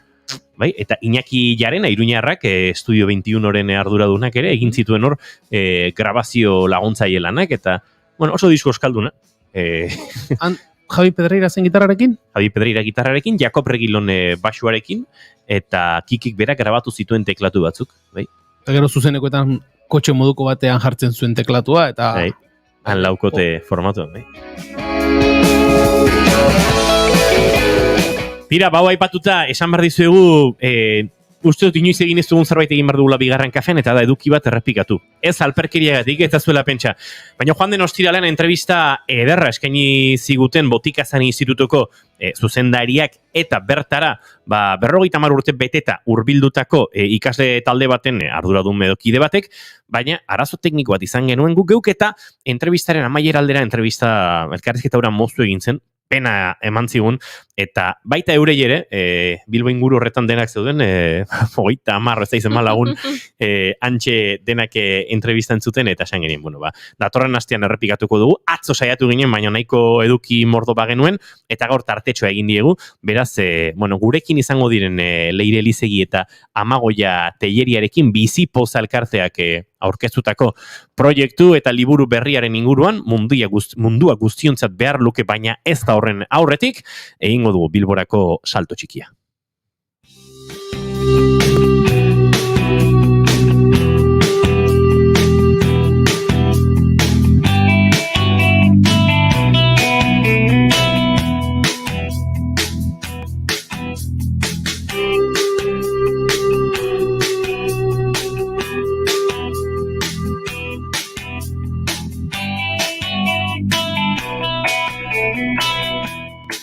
Astea amaitzen ari da, baina astearen hasieran lankide batek helarazi zigun txio bat esanez, istorio hau polita da. txioa zabaldu eta bertan Botikazar Institutuaren kontutik honakoa, 80ko promozioko ikasle talde batek bisitatu gaitu, 1972an jaioak. Urte haietan Botikazar ICE zen eta haiek izan ziren institutuan euskaraz ikasi zuten lehenengoetakoak. Plazerra izan da oroitzapenak eta esperientziak haiekin partekatu alizatea. Horixe zioen txioak eta guk ere, pentsatu genuen, polita zela historioa eta historio horren protagonizetako batzuk behintzat nahi genituela bildu, gertatzen ari zen hori, nondik gertatzen ari zen edo nondik inspiratu zitzaien jakiteko. Zarra zara Bilbo, zarra zara... 72ko belaunaldi horietako kideetako bat da Arkaitz Zarraga eta, ikastetxean zuzendariarekin topo egin zuten Idoia Pujanarekin. Lehenagotik hitzartuta edo orain kontatuko digute. Idoia Pujana eta Arkaitz Zarraga bioi arratsaldeon eta ongi etorri bigarren kafera. Arratsaldeon. Arratsaldeon bai. Aizu Arkaitz esan dugu, bisita hori, proposatu zenutela edo otu zitzaizuela 72ko belaunaldi horri, baina nola sortu zen ideia eta nola, 50 urteen borobiltasuna baliatuta edo nondik elkartzearen ideia hori? Hori kasualidade bat izan zen, azkenean badakiz Euskal Herrian askotan ezagutzen duzu hau eta bestea eta baita, ezagutzen dut eta gorantziak eman, justo nik Angeles Gondrali bidali nizkion gorantzi batzuk, eta berak erantzun niri, eta bera zer den kontra urten 50 urte egingo ditugu, 72koa gara. Eta zerbait egin marko genuke, eta zer egin da, WhatsApp talde bat sortzen nazaitezke, eta horretan hasi, eta ia klasikoak ginen guztiak bildu ginen WhatsApp taldean, eta adostu afade bazkari bat egitea, eta gerora sortu zen, gure kide baten senarrak bertan lan egiten zuenez, institutua bera ikusteko aukera. Eta, horretan Idoia gertu zen, eta, izan genuen aukera hori, eta benetan zoragarra izan zen. Idoia zuei heldu zitzaizuen, asmo horren berria edo, eta erabaki zenuten, hala uste duzuelako, ikastetxeak behar duela, horrelakoetarako eta bestein bat ekimenetarako leku irekia, eta esku zabal, eta hartu zenituzten 72ko belaunaldikoak. Bai, horrela izan zen, gure lankide batek hori esan zigun bere emaztearen urtekoak elkartuko zirela, eta hemen ikasi zutela, eta nik zenien beste urte batzutakoak, zarragoak 80an eta ikasitakoak hemen, behin edo birritan etorri dira ikastetxera, eta nahi baldin badute ikusi, ez dakit agian azu nahi izango zuten ikastetxea, baina badazpadan guk gure burua eskeni genuen. Zuk aipatu dozu moduan, horrela ulertzen dugu ikastetxe bat, ikastetxe bat azkenean, irekita egon behar da usunera, herrira, edo gure kasuan Bilbon, irira, eta problema barik, arazu barik, gube pospozik. Nolako izan zen bisita hori Arkaitz oroitzapen ugari ikastetxe aldatu xamar ikusiko zenuten? Bai, egizan, imagina dezakezuenez, emozioz betetakoa izan zen, Lehenengo elkar ikusteagatik, eta egizan poziz, denok elkar ezagutu genuen berehala, oso ondo zainduta gaude guztiok ere. Eta gero, institutua berak, aldaketak baditu, eta ikuste genituen, baina antzeuden gure anekdota guztiak antze zeuden, eta bata besteren atzetik hasi ginen elkarrekin gogoratzen, eta, zirralagarri izan zen, egizan oso emozionantea. Ikusi genuen aldatuago ingurua, ez da? Institutua bera baino, guan ibiltzen ginen garaian, Euskalduna antxe zegoen, Euskaldunako gatazka izan zen garai hartan, guk bertatik bertara bizizan genuen, eta horren bazeron aldatuta zegoen, linea espininoseko itxasontzia egoten zen, aurrean, da hori oso aldatuta dago, ez? Baina institutua bera eta gure oroitzapenak igual zeuden kasi. Idoia, eurei poza, zuei ere bai, esaten duzun bezala ikastetxeak behar du leku ireki bat, eta ikasleak ikastetxera bueltan ekartzea, argitu behar dugu Idoia, zu belaunaldi honen bueltakoa zarela, ez zinela euren irakasle izan, ez da horrelakorik, inork ez ezala pentsatu hemen Idoia retiro hartu nahi ez duen irakasle bat denik, eta horrelakorik, baina poza ere hartuko zenuten, ez, ikastetxearen, iraganean egon zirenek egindako lan hori, nahiko txukuna eta nahiko goxoa izango zen ikasleek ara buelta egin nahi izan dutenerako, ez?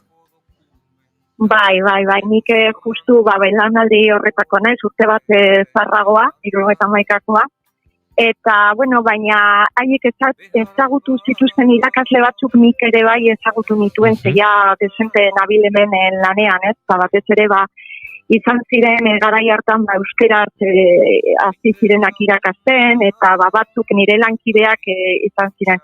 Baina niretzat ere postasuna, azkenean ikusi dozu ikasitzik pasatutako ikasleak, non dauden, eta oroitzapen onak, eta nola gogoratzen zuten bere denporak, eta pozik. Nik uste dano pozik. Ni behintzat oso pozik eta gustatu zitzaidan haien historiak eta entzutea.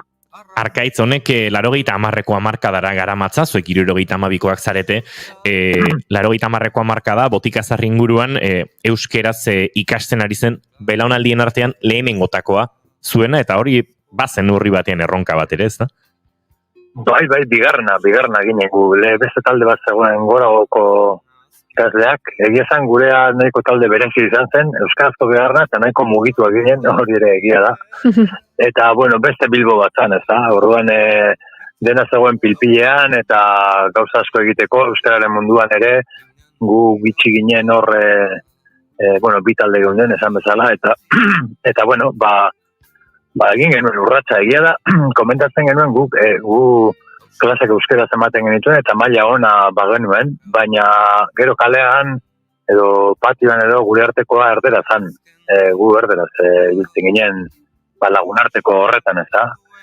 Eta gure harridurarako nahiko natural atera da, oraingoan, 185 euskera zibili gara. Eta hori izan da guretza sorpresa, ez da gu kostatu, eta natural euskeraz egin dugu egun osoa, eta tarteka ardera agertzen zen, baina, badez ere hori, ez? Orduan, ez dakit. Orduan ere leporatzen ziguten euskara gutxi egiten genuela, ez dakit zer, gaur egungo gaztei ere, eta nik uste dut, mago diotela vuelta ere, egingo dutela horren aldeko aposto noiz baita. Idoia, eremu hainez euskaldunetan erakuste lan hori, hezkuntza euskeraz egiten diardu zuen ontzako, eta askotan nekagarri eta euskararen normalizazioan ikaragarrizko lankarga hartzen duzuen horientzat, bada esperantza argi bat ikustea, naiz eta gaur egun ere, kostako zaizuen akaso hainbat ikasle euren artean euskaraz erlazionatzea, harremantzea. Urteen bueltan hizkuntzak hor dirauela, eta gero, norberak autuak egiteko denborare izaten dela. Arkaitz eta bere belaunaldiak aurrekoan eginda bezalaxe, ez da? Bai, guztiz adoz eta arkaitzek ezaten gorenarekin bat natorrez. Bai, eta justu bukatu genuenean bizitaldian nik hori esanien, baina hori egia esan behar dut, nabaritzen ari gara ere bai ikasle horiek etortzen direnean bizitan. Ez gure benaulandikoak, ez? Orain dala igual 8 urte bukatutakoak, edan bat urte, eta asko ja badatoz euskeraz hitz egiten da maila onarekin. Orduan ipetzetan dut ikastetxetan egiten dugun lana, naiz eta guri iruditu batzuetan ez alba nahikoa, edo ez dugula emaitzek momentuan ikusten, da maratoi bat, edo karrera de fondo esaten dana, orduan apurka hartzen dituzten edukiak eta zentimera eta guztia, momentu batean, espanda egiten du, eta euskeraz bizitzeko gai dira. Eta ondo, kozik. Arkaitz, ez dakite bilkura honek, elkarrekin topazionek zabaldu dituen etorkizunerako topaketa berriak, eta hortik ere, ez dakit, institutorekiko harremana izan den egun batekoa edo sortu den alako bestelako gogorik harremana horretan mantentzeko. Institutuarekiko, eurek eskatzen badiguten, ikusten dugu prastengo garela eskatzen digutenerako, ez da. Eta gure artekoa, nik uste dut asko ukitu gaituela, eta orain WhatsApp talde hori pixka bat borborka dabil, oso unkigarri izan zen, eta hori, ez da, den, erabaki genuen, hemen urtera. Ez gaitezen, orain hasi datorren urtean berriro, zekero igual ez da betetzen, eta 5 urtera, gogotxu belduko gara, eta nik 5 urte barru berriro bilduko gara. Igual batzuk, orain harremana berreskuratu, eta ingo dituzte, olako geldialditxoak, edo, baina, bai, egia esan oso pozgarri izan da, Eta, bueno, gu 50, baina 40koak ere bildu daitezela, ze merezi du laguntzarrak ikustea, berreskuratzea, eta gaur egun erraz daukagu, ezta? Tresnak baditugu, eta animo. Ala bedi. Idoia Pujana, Botikazar institutuko zuzendaria, horrelako ikasleak bueltan etortzeak ere, zuei emango dizue, ez dakit, burua estutzeko aukerak eta hainbeste ikaslearen artean egongo dira, ofizio batzuk eta besteak, bizitza esperientzia batzuk eta besteak, jorratu dituztenak eta institutora bueltan ere euren esperientziak ekartzeko edo harremanak mantentzeko interesare piztuko zen ziurrenik ez? Bai, dudarik gabe, eta gu ez dugu egiten holan igual gure 50 urte betere egin dituztenekin, egiten da normalean bain dela 10 urte edo 15 urte pasatu diren ikaslekin, baina bai, eta guretzat bai, honik 50 urte ditugunok gara gure ikaslegoaren gurasoak edo gizi gora bera. Orduan, behitu horre hartzaitzegatzen ziren batzu, urbitu ziren, eta gian ere zenbela ona etorriko da ikastera, eta orduan hau da, Euskal Herria txikia da, zare bat da, eta gurpilbet, orduen dana dago lotuta, eta guretzat beti prest jente hartzeko ikasetzean. Bioi, mila esker, bihotzez guretzate tartetxoa hartzeagatik, Arkaitz Idoia, zuen eginkizunetan uzen zaituztegu, badakite nahiko lan baduzela batak eta besteak gaur ere, eta aizue, horrelako beste edozein berri baduzu ere, bigarren kafe hartzeko gonbita luzatuta dago, eta guk tartetxoa egingo dugu. Oso ondo, eskerrik asko. Agur. Zaino bikote, agur.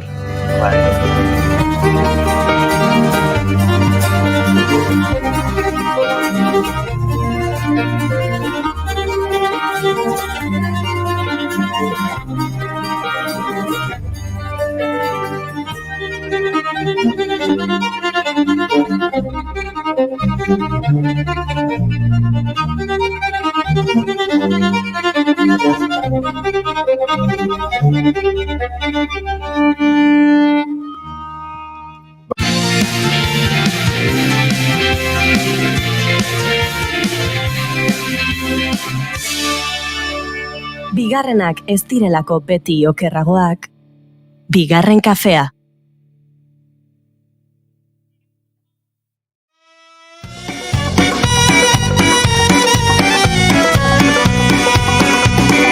Utzi da zubide berri bat, egiten zure alboa jarritan.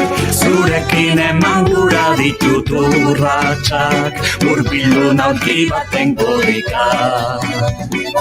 Mundu bizi nahi du. Itxuen begiakin ikusi. Askotan lasai joan gaitezke aurrera edo gora begira, estropezu egiteko arriskuari erreparatu ere egin gabe. Haingoaz lasai, ez garela konturatzen gure segurtasuna ondo tenkatutako sare bat izor diogula. Bizipoza osatzen duten elkartentzat berriz, lurra ez da beti xamurra, beraientzako sarea gaixotasunek edota beharrek urratuta dagoelako. Baina oso garbi daukate, beren aurrek ez dutela etengabe lurrera begira joan behar. Lasai begiratu behar dutela aurrera edo gora. Horregatik, etengabe sarea josten eta josten aritzen dira. Horratzak atzak 11 aldiz iztatu arren. Neketsua da, baina beharrezkoa. Horregatik gailentzen zaie bizitzeko poza. Dantza egin nahi du. Ijitoen azalean sartu. Bia eta haman nahi ditut. Bosburu, 20 beso euntzango. Bakarka ezin duan naiz nahi. Amagoia Amujika Telleriak idatzi eta Bizipoza elkarteak argitaratu duen munduak guztiontzat beharko luke, baina ez da liburuaren sinopsiaren zati bat irakurri berri dugu. Elkarte ugarik osatzen dute Bizipoza eta etengabeko saretze lanean diarduela esan liteke. Premia ezberdinen bueltan sorturiko elkarteak, elkarren bueltan biltzetik sortu zen eta behar ezberdinak dituzten gero eta pertsona gehiagok hartzen du babesa sare erraldoi honetan.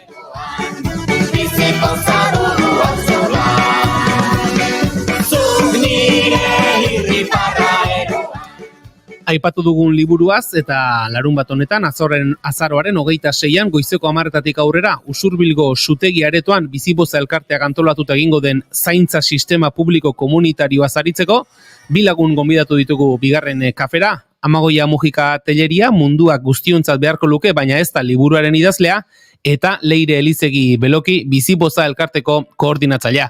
Arratsaldeon eta ongi etorri bioi. Arratsaldeon zuei ere. Arratsaldean. Bueno, munduak guztiontzako beharko luke, baina ez da. Esaldi borobilorrek ematen dio izena liburuari, eta izango denaren zantzurik hartzen diozue? Nahiko genuke izatea, ez? Ta nik uste horregatik gaudela gaur hemen eta egiten degula ekarpen txiki hau, ez? Bai, oso esaldi sinplea da eta era berean oso ondo adierazten du zergatikan gaur hemen, ez? Nik badaramatzat 10 bat urte Bizipoza elkarten inguruko ipuiak egiten, eta ipui sorta horren izenburua da mundua guztiontzat beharko luke. Eta konturatu naizena 10 urteotan, baina oso azkar konturatu nintzen, uste lehenengo ipuina egin orduko. Batzutan iruditzen zaigula, mundua ondo dago eta denok ditugu hemen gure eskubideak gutxi edo gehiago ziurtatuak eta gure ongizatea, baina berehala konturatzen zara pixka bat bazterretara begiratzeko gaitasuna edo ausardia baldin badukazu, konturatzen zera ezetz, eta mundua esan nahi dut egunerokoa oso zaila dela etxe askotan, ez gehala imaginature egiten zelan egiten duten aurra askoren egunerokoa alik eta xamurrena edo izan dadin, eta askotan ze bakarrik egiten duten lan hori, ez? Eta bakoitza bagaude askotan gurean sartuta gero eta gehiago, eta horrela jarraitzen badegu, mundu hau ez da guztiontzat izango, eta gero eta zulo gehiago izango ditu, eta bazterrean gero eta jende gehiago egongo da, ez? Esklusioa hitz egiten degunean askotan badirudi baliabide ekonomiko gutxi edo eskasak dituzten jendeaz ari garela, baina hori ez da esklusioa da egunerokoan zure oinarrizko beharrak asetuta ez dituzunean sufritzen dezun egoera hori, ez? Eta kasu hontan Bizipozan dauden elkarteak normalean ez da baliabide ekonomikoen arazoa, askotan bada ere, baina bestelako arazoak dira, ez? Eskola juteko orduan behar dituzun ongizate minimorako baliabideak ez izatea, fisio bat behar izatea gaixotasun badaukazulako eta zure poltsikotik ordaindu behar izatea, gaixo zaudelako eskola jungabe egotea hilabete batzutan eta ez eukitzea etxean hezkuntza jasotzeko eskubidea, gauza txiki handiak dira, eta pixka bat horren inguruko gogoeta bat da proposatzen deguna, ez? Eta akaso, baipatu duzu gauza txiki asko direla, egunerokotasunarekin lotura dutenak, eta norberari inguruan edo tokatzen zaion arte askotan ikuste gure zaila direnak. Hori da akaso, honen proiektu guzti honen helburua ikusgarritasun hori ematea, Leire? Bai, Bizipozan gaur egun 36 elkarte, gaude elkartuta, Euskal Herri osoko elkarteak, eta denek badituzte ezaugarri amankomunak eta denek badegu helburu amankomun bat ere, ez?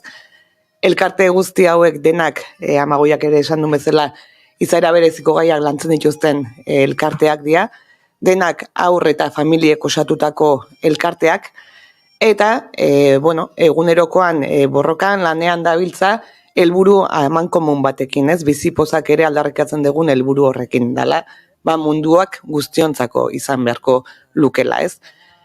Eta, denok elkartzearen arrazoietako bat bada, ez? Pentsatzen degula, uste dugu, elkartuta beste altavoz bat, ez? Beste altavoz bat, beste indar bat izan dezakegula, eta, Bizipozaren helburuetako batzuk ere esan bezala badia horiek, ez?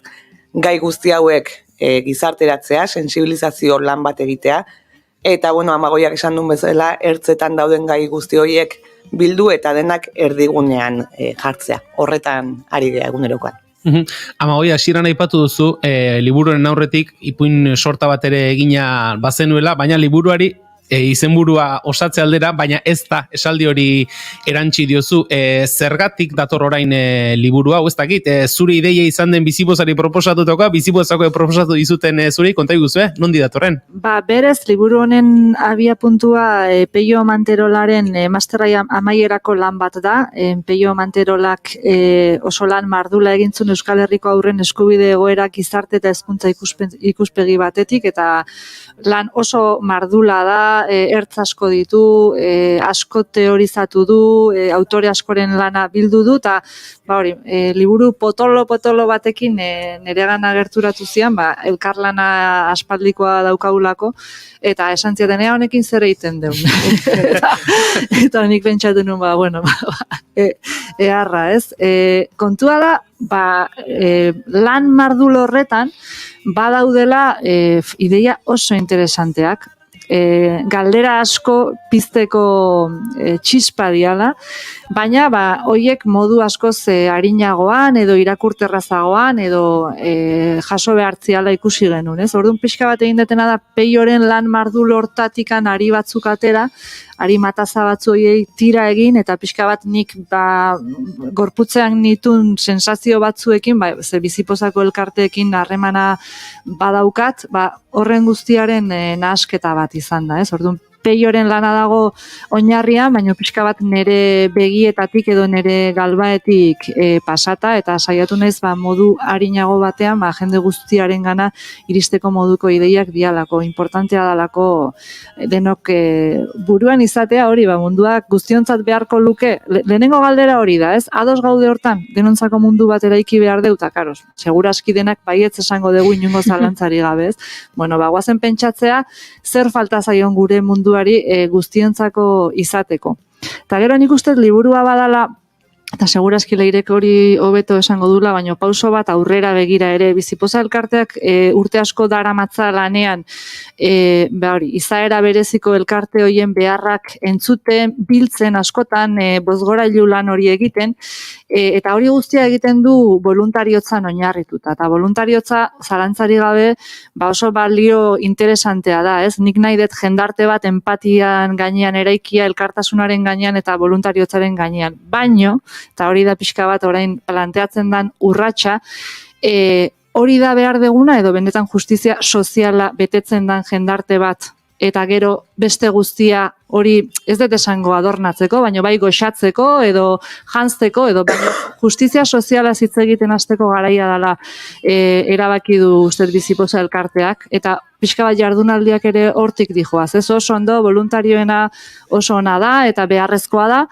baina hemen hitzaiten nahi geana da, estatuek badituztela 1000 itun sozial sinatuak, eta ez dianak betetzen. Eta ez dia betetzen, ze aurra haue guztiak bere egunerokoan asetuta izan beharko lituzketen eskubide asko, ez dituzte aseak, eta horregatikan elkarte horiek lan egin behar dute egunero, erakundetako ateak joz, esan ez gogoratu, hau falta zaigu, bestea falta zaigu, eta pixka bat nahi deguna planteatu da, jendarte bezala erabaki behar degula, nolako zaintza sistema nahi degun, justizia soziala betetzea nahi degun edo ez, eta hori egiteko lehendabiziko urratsa bada horri buruz hausnartzea, ez? Eta konturatzea zer dagon, zer daukagun eta zer falta zaion guk nahi degun guztiontzako mundu hori izan dadin. Leire, Amaoiak berak aipatu du, zuk orain hobeto esplikatuko diguzula, baina liburuaren aurkezpenean aipatu zenuten, nolabait ere liburu hau azken urteetako lanaren emaitza bat badela, eta baita ere aurrera begirako lan hildo batzuk finkatu dizkizuetenak. Oso finkatuta oso zehazit duzu aurrera begirako lan hildo hiek? Bueno, bai, aipatu dezuten bezala ez da kasualidadea, ez, liburu hau.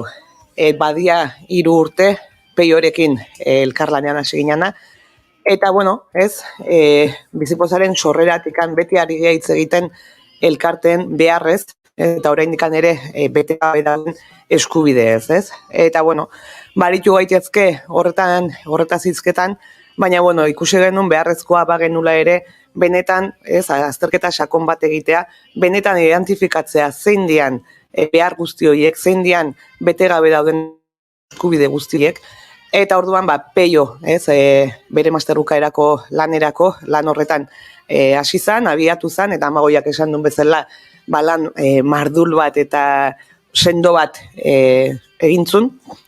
Eta, bueno, urrengo pauso bezala ikuste genuen, hori gizarteratzeko behar genula ez Amagoiak egin duen lan hau, ez? Aizkenean, masterbukaerako lan bat, eta esan bezala lan teoriko bikaina eta hundia da, baina edonork irakurtzeko, ez, eta, bueno, barneratzeko eta lasai eta irakurtzeko behartzan horrelako pauso bat. Orduan, Amagoiak uste dugu borobil egin duela ez guzti horren jasoketa eta liburua oso erraz ulertu daiteke, baina mami asko daukan liburu bat da. Eta esan dezu bezala, bizipozan bai ikusten genuen eta ikusten dugu eta aurrera begira ez bagaude ere, batetik lehen aipatu bezala gure egunerokoa eta gure egitekoa bada eta horretan ere indartsu jarraituko dugu gizarteratzen, ez gai guzti hauek, realidade guzti hauek, balore guzti hauek, horretan noski jarraituko dugula.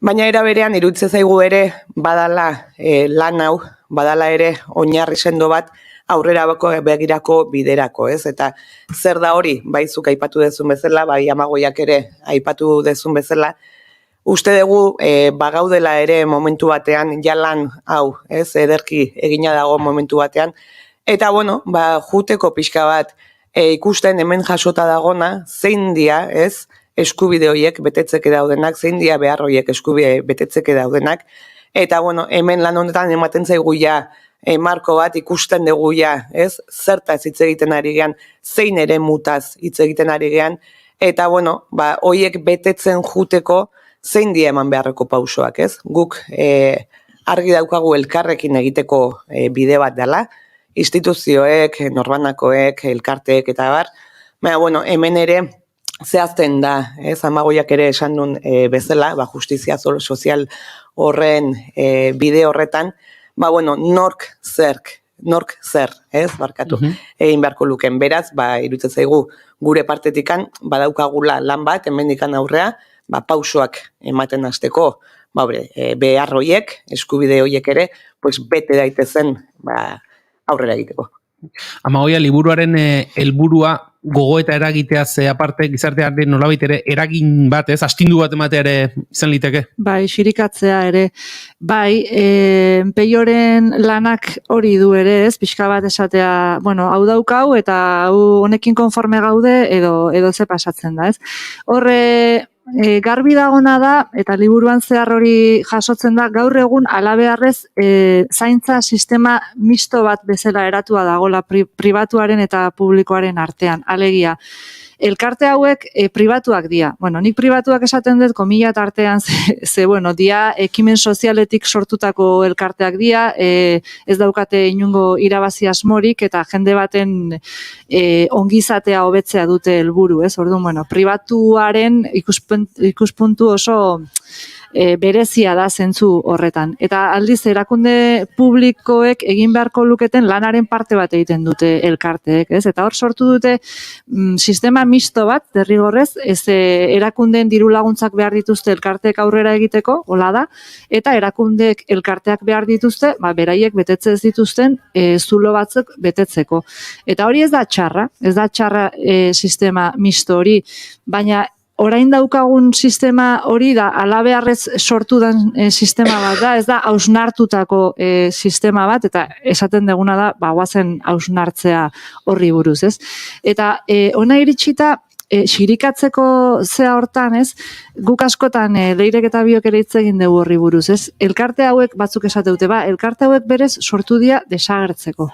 Alegia, behar horiek beteta dauden garaian, desagertu ingo dira. Gu pentsatza dugu ezetz. Bueno, nik behintzat pentsatzet ez eta uste Leirek ere. Nik uste elkarte hauek eragile politiko importanteak diala. Eta uste beraien lana ezinbestekoa dala. Bai sozializatzeko, bai munduari erakusteko mundua ez dala bakoitzak pentsatzen duen bezalakoa, eta bazterretara begiratzea oso interesantea dala. Eta gero, baita ere, erakunde publikoei gogorarazteko, zer nolako mundua nahi degun, ez? Orduan, uste horri buruz gogoetatzen hasteko garaia dala eta jardunaldiak segurunago hortarako aukera ona izango diala, alegia, pentsatu behar dugu zaintza publiko komunitario hori nolakoa nahi degun. Orain pandemia garaian eta asko hitzein da zaintzaz, eta deno konturatu gea beharra handiak daudela, eta zaintzaren gauzarik bereziena da denok behar degula momentu batean zainduak izan, ez? Eta ez dakigula noiz eta nola tokatuko zaigun, ez? Hortik abiatuta guazen sortzea zaintza sistema bat denon beharrak asetuko dituna, ez? Horrek ez du esan nahi igual erakundeek dena bere gain hartu beharko dutenik. Hartu behar dute dagokien partea, hori garbi dago, ez? Eta legez dagokien partea. Egia da gero erakundek elkarteek egiten duten lana barkatu, nahi oso importantea iruditzen zaitela. Eta zaindua izatekotan, beti dago akonpainamendu hori egingo duna, edo goxotasun hori emango dizuna, edo benetan zure beharrak ezagutzen ditun gertuko elkarte bat izatea ondo dago. Baina hor definitu behar dugu, oreka hori nolakoa nahi dugun izatea. Eta nik uste elkarteak badialaia eragile politiko importanteak eta aurrera begira jarraitu behar dutela izaten, ze gure gizartearen, ez dakit nola esan, energia handiena zaintzan ematen dugu, eta poz eta pena handienak segurazki zaintzak emango dizkigu pertsona bezala, guazen erdigunean jartzea hori, eta guazen serio heltzea gai honi behingoagatik. Azpimarratu duzu, zuk amagoia badela, ez, eragile politiko bat, eta ustut hori garbi adieraztea ere, eta azpimarratzea garrantzitsua dela, bide bat egin duen eragilea, bestalde, dagoeneko badira urte batzuk, badira elkartea azten eta azten ikusi ditugun urteak, nolakoa izan da, aipatu dugun, ez sistema publiko horren guztiaren aldarrikapena egiterako orduan, eta hau akaso lirentzako galdera da, instituzioekiko jarreran eta instituzioekiko lan horretan, azken urteetako aldaketak sentitzen alduzu erako zilegitasun gehigarri bat lortu duzuela urteetan zehar eta egindako lanaren ondorioz, edo oraindik askotan lehenengo pauso haien borroketan sentitzen zarete? Bizipoza elkarte bezala, bai da egia bizipoza elkarteak, rekorrido bat badamaki dugula, eta argi dauka gure bai, bizipoza elkartea sortu zanean, hasiera batean adibidez, irrien lagunak gizarte gintza zan. Eta ikusi genuen, ez zala soilik elkarteen edo irrien lagunaken egitekoa bide hau, guztiontza beharko luken mundu honen eraikitze bide hau, baizik eta gizarte osoaren ardura eta egitekoa bazala. Orduan hor aldaketa bat eman genuen, eta gaur egun bizipoza elkartea osatzen dugu hainbatek.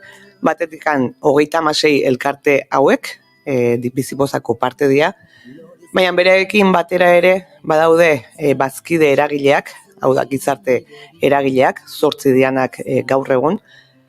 Badaude ere norbanako sare bat badago, eta zure galderarekin lotuta badaude ere babesleak. Babesleak proiektu honen, hori ez ditzak esaten duna, babeslea dianak. Eta babesleen kasuetan badaude kooperatibak, badaude enpresak, eta instituzioak ere babesle dia proiektu honetan.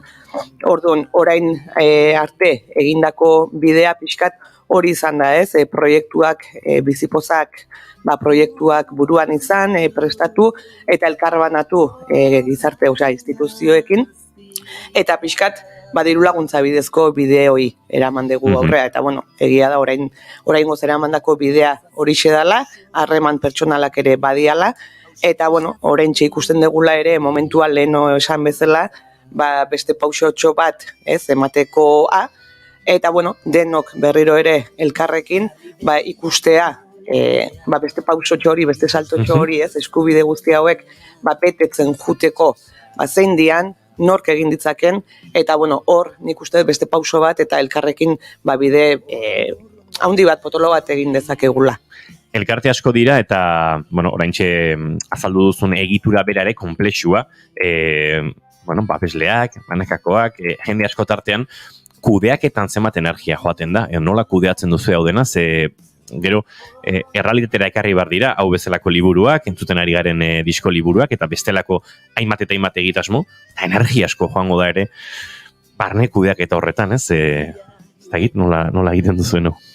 Bai da egia esan, bai da, energia eskatzen duna, baina egia esan, gogotxu gabiltza, talde bat bagabiltza, bagaude 3 pertsona ere, honetan buru belarri gaudenak, Bestetikan ere bizipozan, lehen oitzen ditugun, ez eragile guzti hoie gaude, eta gaude osatuta ere talde eragile bat ere badago bizipozan, eta nik uste talde eragile horrek badagukala indargune potente bat, zeizkenean talde hori osatuta dago, bizipozako bazkide dian gizarte eragileetako norbanakoak daude bertan, eta elkarteetako ordezkariak ere bertan daude. Beraz, talde horri bada motorra ere, ez guzti hau ideiak, helburuak finkatzeko, gero bagaude ere kudeak eta eguneroko kudeak eta zarduratzen geana, eta bai, komplexua bada, zaizkenean jende asko,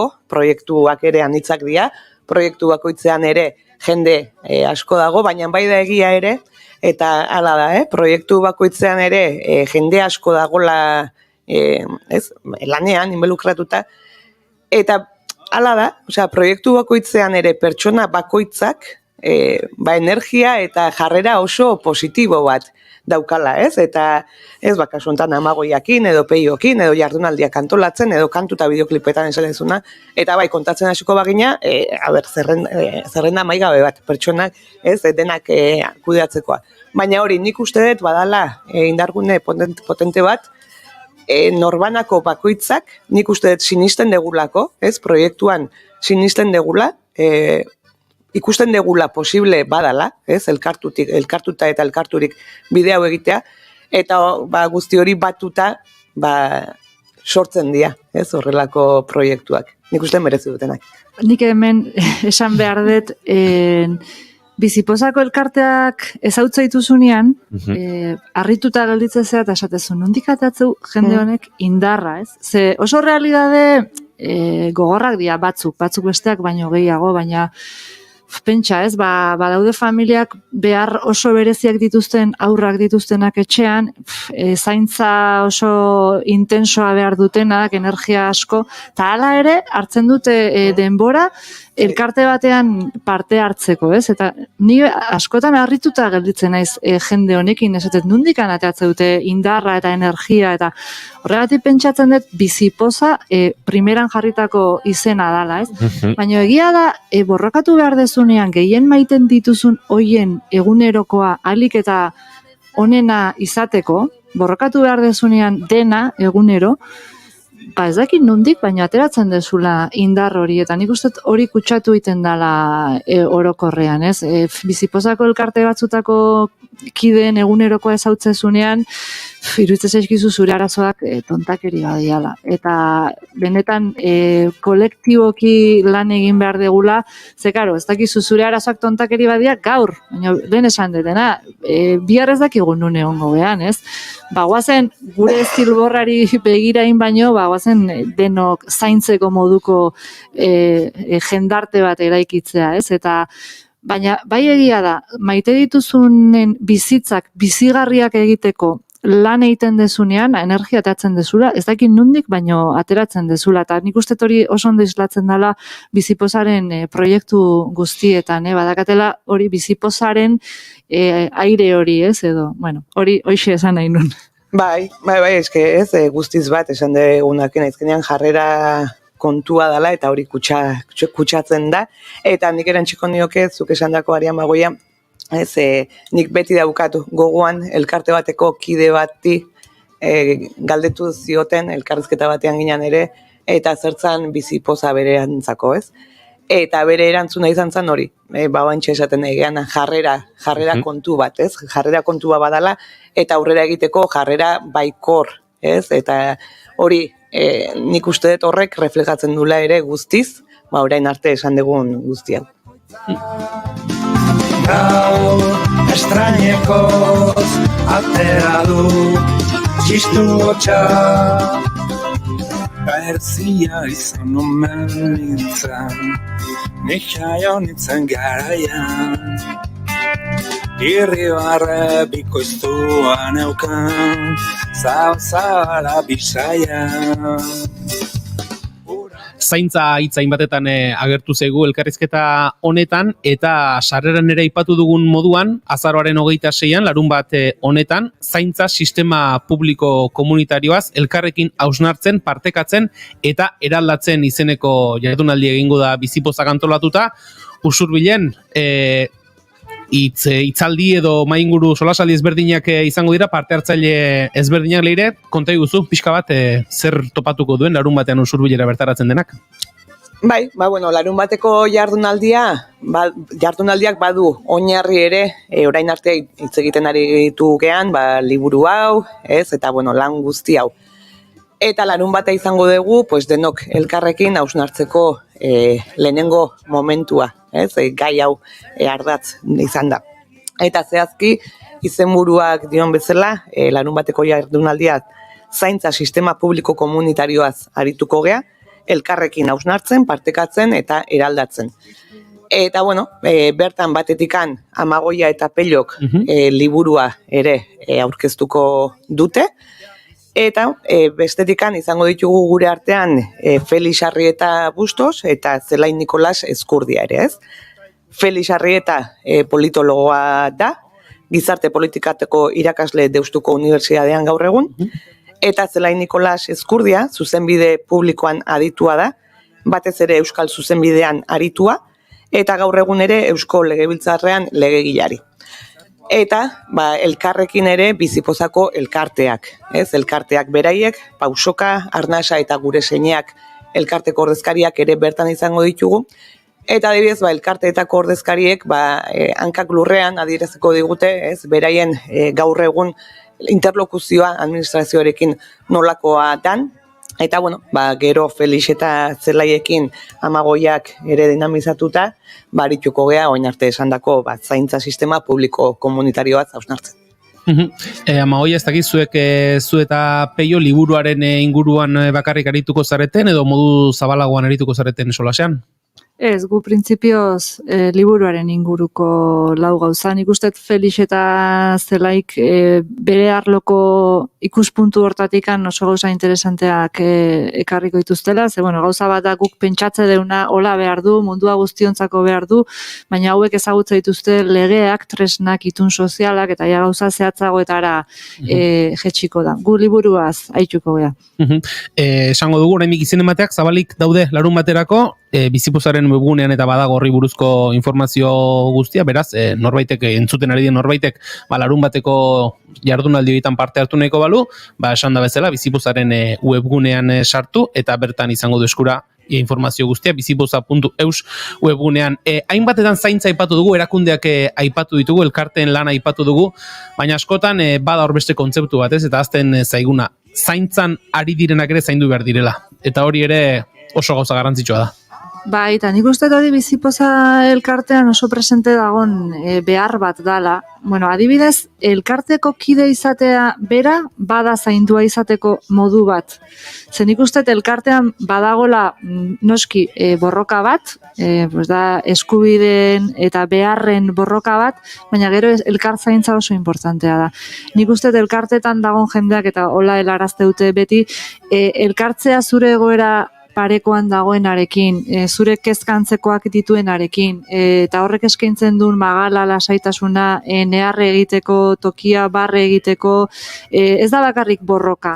Elkar zaintza ere asko dago bizipozako elkarteen artean. Nik uste, azkenean familia handi bat bihurtzen direla, elkar oso ondo ulertzen dutela, tokatu zaie hori ertzantzekoetan egotea, eta umentzat ere oso interesantea da bere antzekoak diren edo bere behar antzekoak dituzten beste ume batzuk ezagutzea, eta mundu hontan bakarra etzarela sentitzea sekulako ez dakit lasaitasuna edo patxada ematen dizun gauza bada. Eta elkartetan elkarzaintzearen inguruan asko dakit. Eta adibidez, orain esan dezuna zaintzailea zaintzea, ez? Badibidez, aspanogik egiten duen gauzatako bat da, minbizia duten aurroien ingurukoak zaintza ere.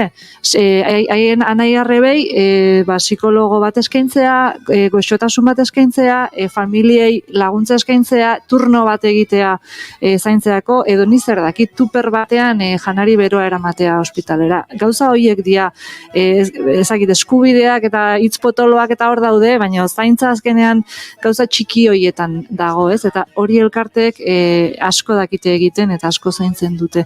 Moment gaizki zaudenean, igual hori, norbaiteke tuper bat etxera eramatea, esatezu, nola zaindu, nola lagundu diten. Bai, ez, eta horra adibide ezberdinak daude egia esan, elkarte ezberdinei begiratuz, ez adibidez gure seineak elkarteak ere, ez, elkarte hori adibidez badago antolatua, batetikan badia voluntario sare bat, eta bestetikan familiak daude. Eta familiako kideek, ez, hori aipatzen dute, azkenean voluntario sare bat, bereiek familiak alde batetik voluntario bestetikan, eta voluntario horiek, ez, ze babes eta ze zaintza ekartzen dieten, orain aipatutako elkartekio kidei, edo beste elkarte batzuk ere esan dugu, ez, esan dezu Amagoia, ze garrantzi duen elkartzeak ere, hor elkarte batzuk ere, horrelako topaketak ere antolatzen dituzte, bereien artean ere ez elkar ezagutzeko, eta zuk esan dezuna ez, etzeala bakarra sentitu eta elkar zaintzeko bide horretan. Aizue, barratxaldeko 6ak bueltan ditugu eta iaia agurtzen hasi beharrare badaukagu, baina agurtu horretik eta zozketaren berri eman behar dugunez, galdetu behar dugu Amagoiari, mundua guztiontzat behar luke, baina ez da, eta kaso entrevistaren hasieran erantzun da, baina norentzako idatzitako liburu da, alegia, leheno entzun zaituztet biak aurren artean, gaztetxoen artean ere, liburuaren atal batzuk ere baliagarriak izan zitezkela osnarketa batzuk plazaratzeko. Bai, berez liburua ez dago umeentzat pentsatua. Eta egia da, liburua sakona eta mamitsua dela, naiz eta saiatu gehan alik eta, baina nik konturatu naiz, nire hilobarekin, 8 urte ditut, asko gustatzen zaio irakurtzea eta emozionatuta dago bere izebaren liburuarekin.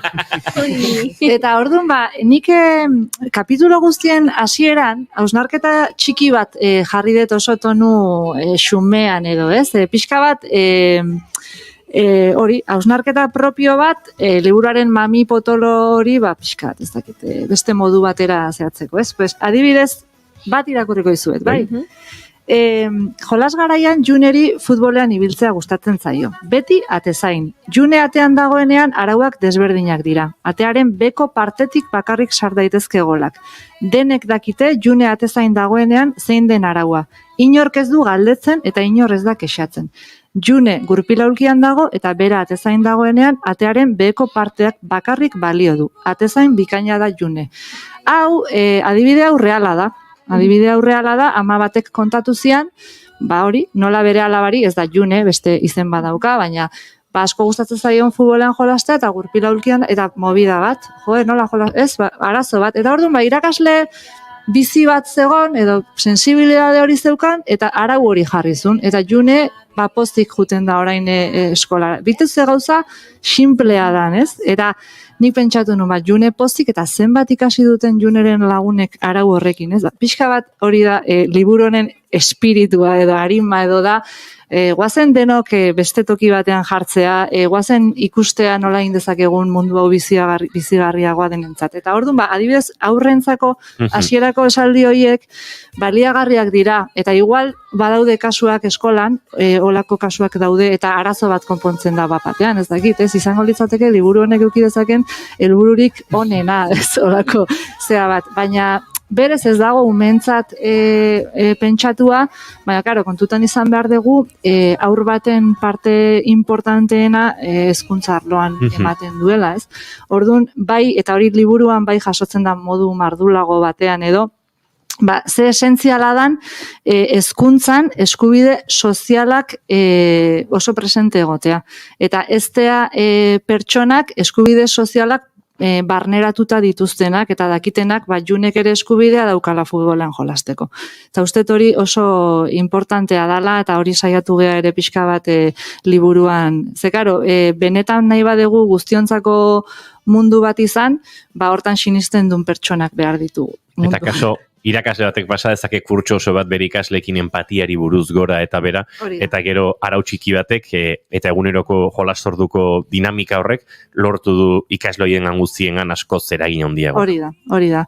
Eta orduan hori da pixka bat, askotan igual intentzio txarrik gabe ere, baina hori min asko indezakegula olako zea batean. Eta hori, adibide hori ipui bateako erabili nun kontatu ziaten eta egia esan impactatu intzian, esan nun jose gauza simplea eta ze ondo soluzionatua egoera bat, ez? Eta, orduan, umeek ere, sarrerako hoiek nik uste irakurri ditzaketela, eta igual zer pentsatua emango diela ere.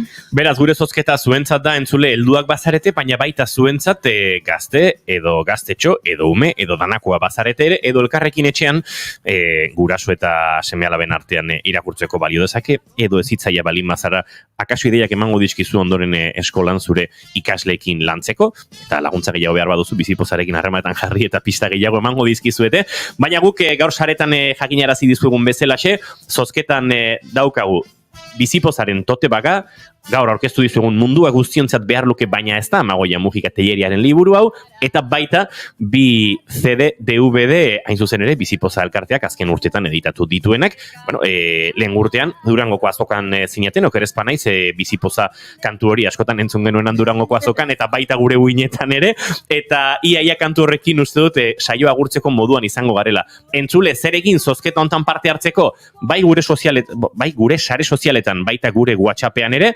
688-722-444 telefonoan, edota streamingen bitartez idazten diguzuenok ere, idatzi zuentzat zer den bizipoza. Eta horrekin guk zozketa egingo dugu ostiralean bertan. Guk ez goiurik egingo duzen, ni ostiralean enaizen bene gogo. Eta zuen baimenarekin eta DJ Txarraren lanak eginda, zatoz gurekerara kantu hau pixka bamozuko dugu bizipoza auzolan kantuarekin gaurko saio hau agortzeko.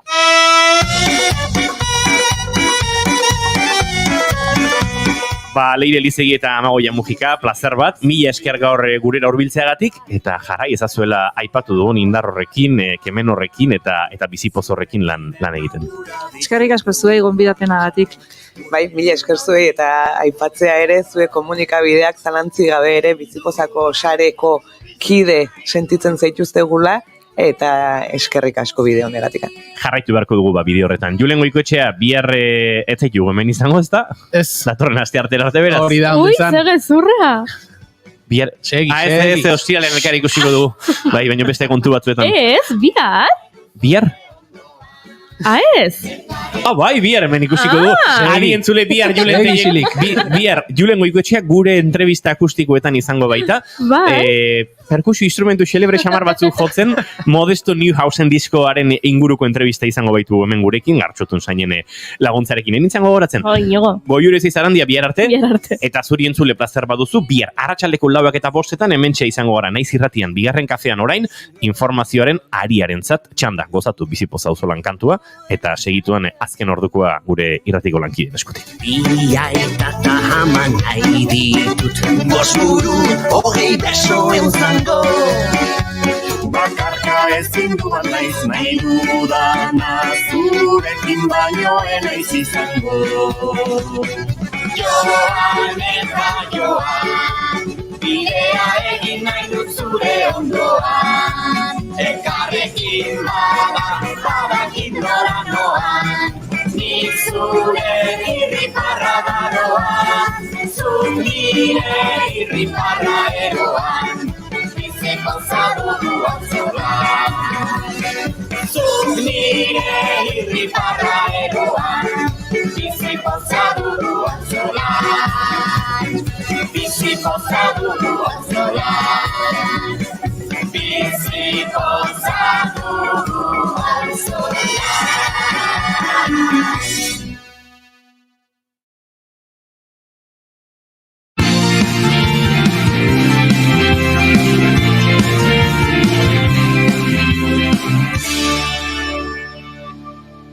Keep calm and bigarren kafea.